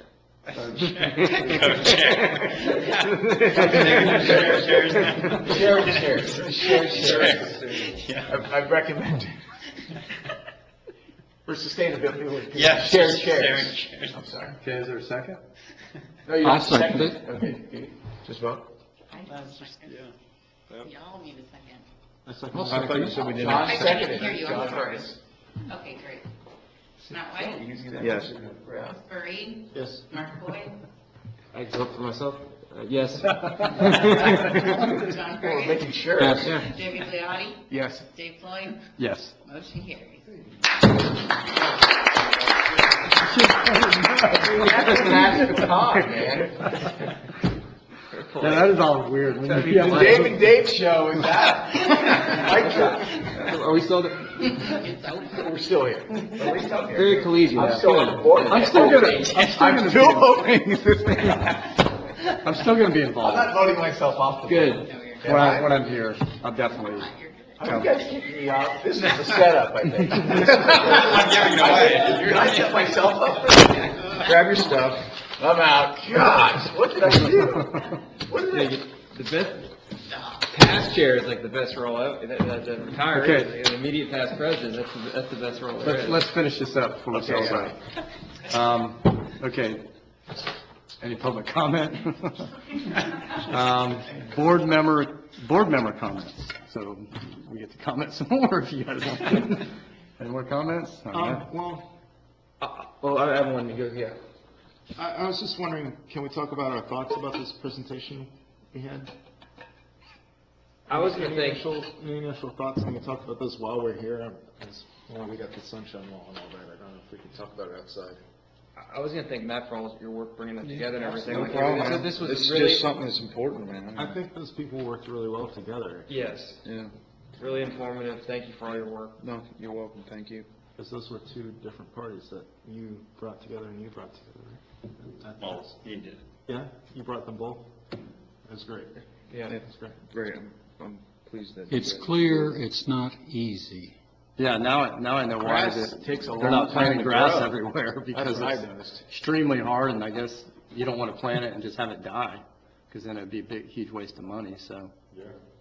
But at some point, somebody's gonna have to come up with some, like that wheel thing, to just, plant it like crazy with a cage around it or something to keep the manatees from eating It it. seemed to me like depth was the most important thing, because she's trying to say, even if there's a bloom of any sort, that 12-inch threshold, light can still get through it, they can still have grass. Well, so- especially in the beginning, just when you're establishing the root system, I think that's the biggest thing. Even with like those flow areas, I feel like it's just, the root system isn't there yet. So it's to pick the strategic locations so that it can spread into those more, difficult areas to last. My thing is, I don't think she had a strategic position when they rebuilt that shoreline, Yep. It seems like we might be able to just find space that we have, Yeah, but maybe change that. they optimized everything. They optimize it for sure. And built they it still up. have a big challenge to try to get that to grow, so, you know, if you don't have the most optimal conditions,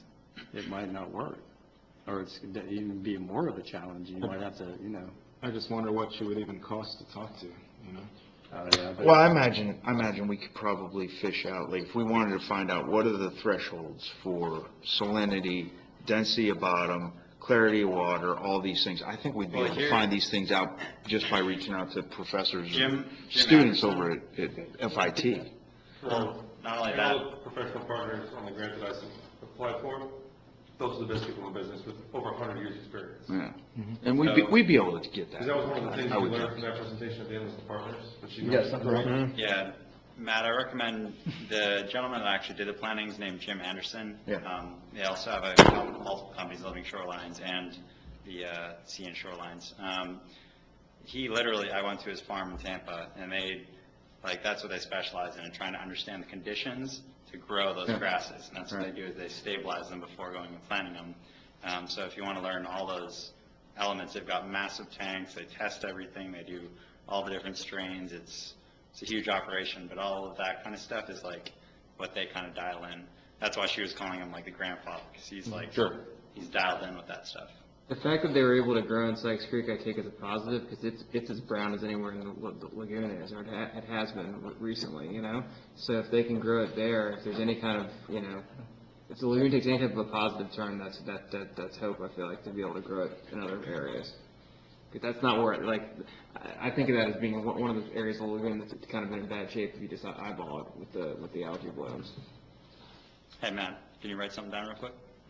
I can. All right, you ready? Yeah, I'm ready. 813-918-7373. That's Jim Anderson. Thank you. Yep. I thought it was interesting that we had both scientists make a comment about manatees. And, I mean, Maribin was pretty adamant about the fact that, I mean, she was almost celebrating that she heard another scientist acknowledge we might be at a tipping point as it relates to what our lagoon is capable of handling as it relates to a manatee and the detriment to the environment. But he said they're on the move. Right. Well, he said they're on the move, but if you look at populations of manatees in Brevard County, and it's because of that power plant, and I think you're mistaken about the power plant. I could be mistaken, but I think you're mistaken. Since they rebuilt that power plant, they were mandated to put warm water back in the lagoon because manatees go there. Oh, I see what you're saying. So it's not for use. It has no function for the power plant. Mm. They're just, Yeah, you might be right. They're there. putting warm water back in the lagoon because manatees congregate, and rightly so. I mean, manatees have a, you know, they've been part of the posters of let's protect our lagoon, you know? Yeah. So we've got a mentality, but there might be a need to change the culture of what does our lagoon truly need, you know? I thought that was interesting. And you look at the populations of manatees, Chuck made a mention that, you know, they've certainly rebounded. So I thought that was interesting. It might be a place to. Manatee burgers. That's what Yeah, you said, they really are. I'm gonna get Jimmy Buffett on So you. good. Yeah. Really? I can't believe I said that. No. Hold on. They are cows. So, I mean, It's 9 o'clock. Some cows are. Okay, so let's continue on. No more comments allowed. Actually, got one one? last comment. I'm going to have my camera in here next time. I'm shooting parts for the recycling documentary, and so just be aware that I will be shooting some stuff next meeting. We need to dress up or anything? Oh, I'm just letting you know that you'll be on camera. Is there something on the agenda about recycling? Why should we have a presentation? Well, I'm just getting visuals that I need to tell the story of the actual board itself. So it's mainly B-roll, not necessarily audio, but just visually you'll be in the shot, so prepare yourselves. So wear a suit. Don't overdo it. Don't show up. We'll make sure we bring plastic bottles. Yeah, no plastic water bottles, please. Yeah. Motion to adjourn? No, not yet. We still have two more items, agenda items for next meeting. Anybody? I think like a discussion of potential action, even if it's who we're going to follow up with based on this. We've got a lot of potentially helpful, information today about, and we've kind of got a target, but I think we should spend some more time talking about that next time, because I think this is a really big project, but something that we could take on and we need to talk about over multiple meetings. But I think after we have a chance to digest, we should readdress next meeting what we learned today. I agree. How far along will the bicycle stuff be? Will you have anything to report then? I think it'll be pretty far along because we kind of have a June 1st start date for the collective. So we're probably going to have a couple more sit-downs. Hopefully we'll get a response from the Recreation Department on how much they would actually like to contribute, because they're very excited about the idea. Does Bob's Bicycle Shop participate? I want to get them involved. I know they're pretty much a for-profit, but those guys are pretty awesome. Yeah, they do. I mean, they do that weekly parks, too. ride over to Wickham Park, the mountain bike ride, and then I think they used to run the Hash Hound Harrier thing. Oh, wow. And I don't know if I'm pretty sure it doesn't go on anymore, but that was a blast. So they come every month to the ride. Yeah, they do. They Ben, isn't that the guy's Yeah, name? the manager, the main manager guy. Yeah. So, I'd definitely like to get him involved. Yeah. I know he's kind of a commercial entity, but I know they recycle parts there. I don't know if you know that. If you ever really? need some parts or something, they have a bin of used parts. Oh, wow. I used to go there and get parts. I don't know what it looks like now, but I've known for the past that it's pretty good. That's one thing I was going to talk to you about afterwards. Like this last week, there's a bike sitting by the side of the road, there for the metal strappers to take. It didn't have a seat, and, the tires were flat and stuff. But the frame was in good shape. I was going to pick it up and take it home until I got out and then found that, that there's a lot of stuff out there. And I know, and I'll talk to you later, there's an individual in town that he used to do it. Right? Yeah, Bicycle Bob. Yeah, He had a garage full of stuff, and he finally gave it up because he'd have to go out and he'd have to pay $50 for parts to get it, and then somebody complained that he'd want $100 for a bike, that it just didn't work. But if you're doing a cooperative type thing and people are scavenging parts, and even, at some point, you're going to have so much stuff you can't do anything with it, but you just put what you don't want in a trailer, take it up to Rockledge, and get scrap prices for it. I got an idea. Why don't we expand on that? Because, and if we could get bikes donated or find them in people's garbage or get them and designate them for just free bikes around the city, like for city Like users to use to go. Yeah, like they do, like Line Bike, but, oh my gosh, but we won't, I have looked at this before. There are other cities, smaller towns, real small towns, where if your family has some guests coming over, you can go to the city hall and they'll have extra bikes that they loan out. I don't know if we can do a program like that here. I feel like the Bicycle Collective is another good, big project. That could be another agenda item to kind of Well, that's what I was thinking, was you could start, give us an update, and then the way things tend to go here is everybody's brainstorming and go, well, what about this and do that, and then you got a list that's a mile long that you can play with. Well, Scott and Josh make sure to come through, and they'll probably bring their whole family too. We'll fill up the area. That'll be nice. Yeah, I was talking to a guy at one of the beach accesses, and that's one of the things that he wants to see is more bike, designated bike racks. Because beach access would be good. So that's something else we need to kind of think about at some point in the future, or maybe just all getting together and building some out of wood or something, just so that. But the cool thing is then you could have all these free bikes, and they're just going to be junk bikes anyway that nobody's going to want to steal. But I think if we paint them purple or something, The way I think about that, in my mind, I'm thinking, wow, technology. I'm thinking GPS trackers. I'm thinking That's could what I was re- we thinking. could really- Little GPS trackers we in could them, really you could easily do it. retrieve them. Something like it's never been done before in another city. We got a lot of technology in there. Yeah, that would be cool. I mean, and it'd be great. You know, another source of material is the police department. They wind up with a bunch of bikes that are, you know, kids steal them and leave them someplace, nobody claims them. Eventually, I think PAL normally gets them and sells them at their yard sale, but, Well, we could put out something like that. I mean, talk it over with your organization and just throw that idea out to those guys, because that would be probably the better place to handle that, but. Yeah, have them out. My wife got one donated, or the neighbor was throwing it out or something. She took it out to Cape Canaveral Air Force Station where she works, and she just rides it around there and just leaves it there. She's the only one that does it. They do it. They do it at KSC.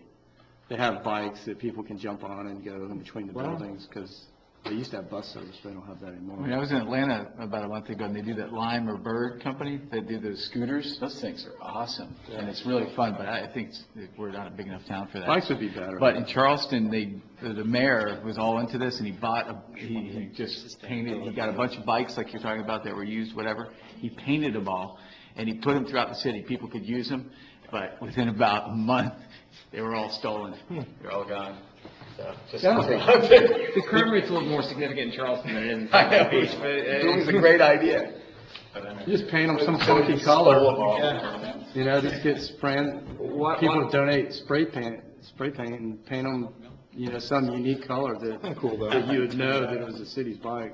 why don't we put the more comprehensive bike issue on the May agenda? It sounds a lot Yeah. like We can talk for a while. Okay, so that would be another item, Julie, would be the bike, initiative. bike collective, however you want to term it. Yeah, cool. So any other agenda items for the next meeting? All right. Now we need to approve the adoption of the minutes of the March 27th meeting. I approve the Adoption of the meeting minutes on March 27th. Second. Here, yes. Yes. All in favor? Yes, yes. Aye. Yes. Okay. All right, meeting adjourned.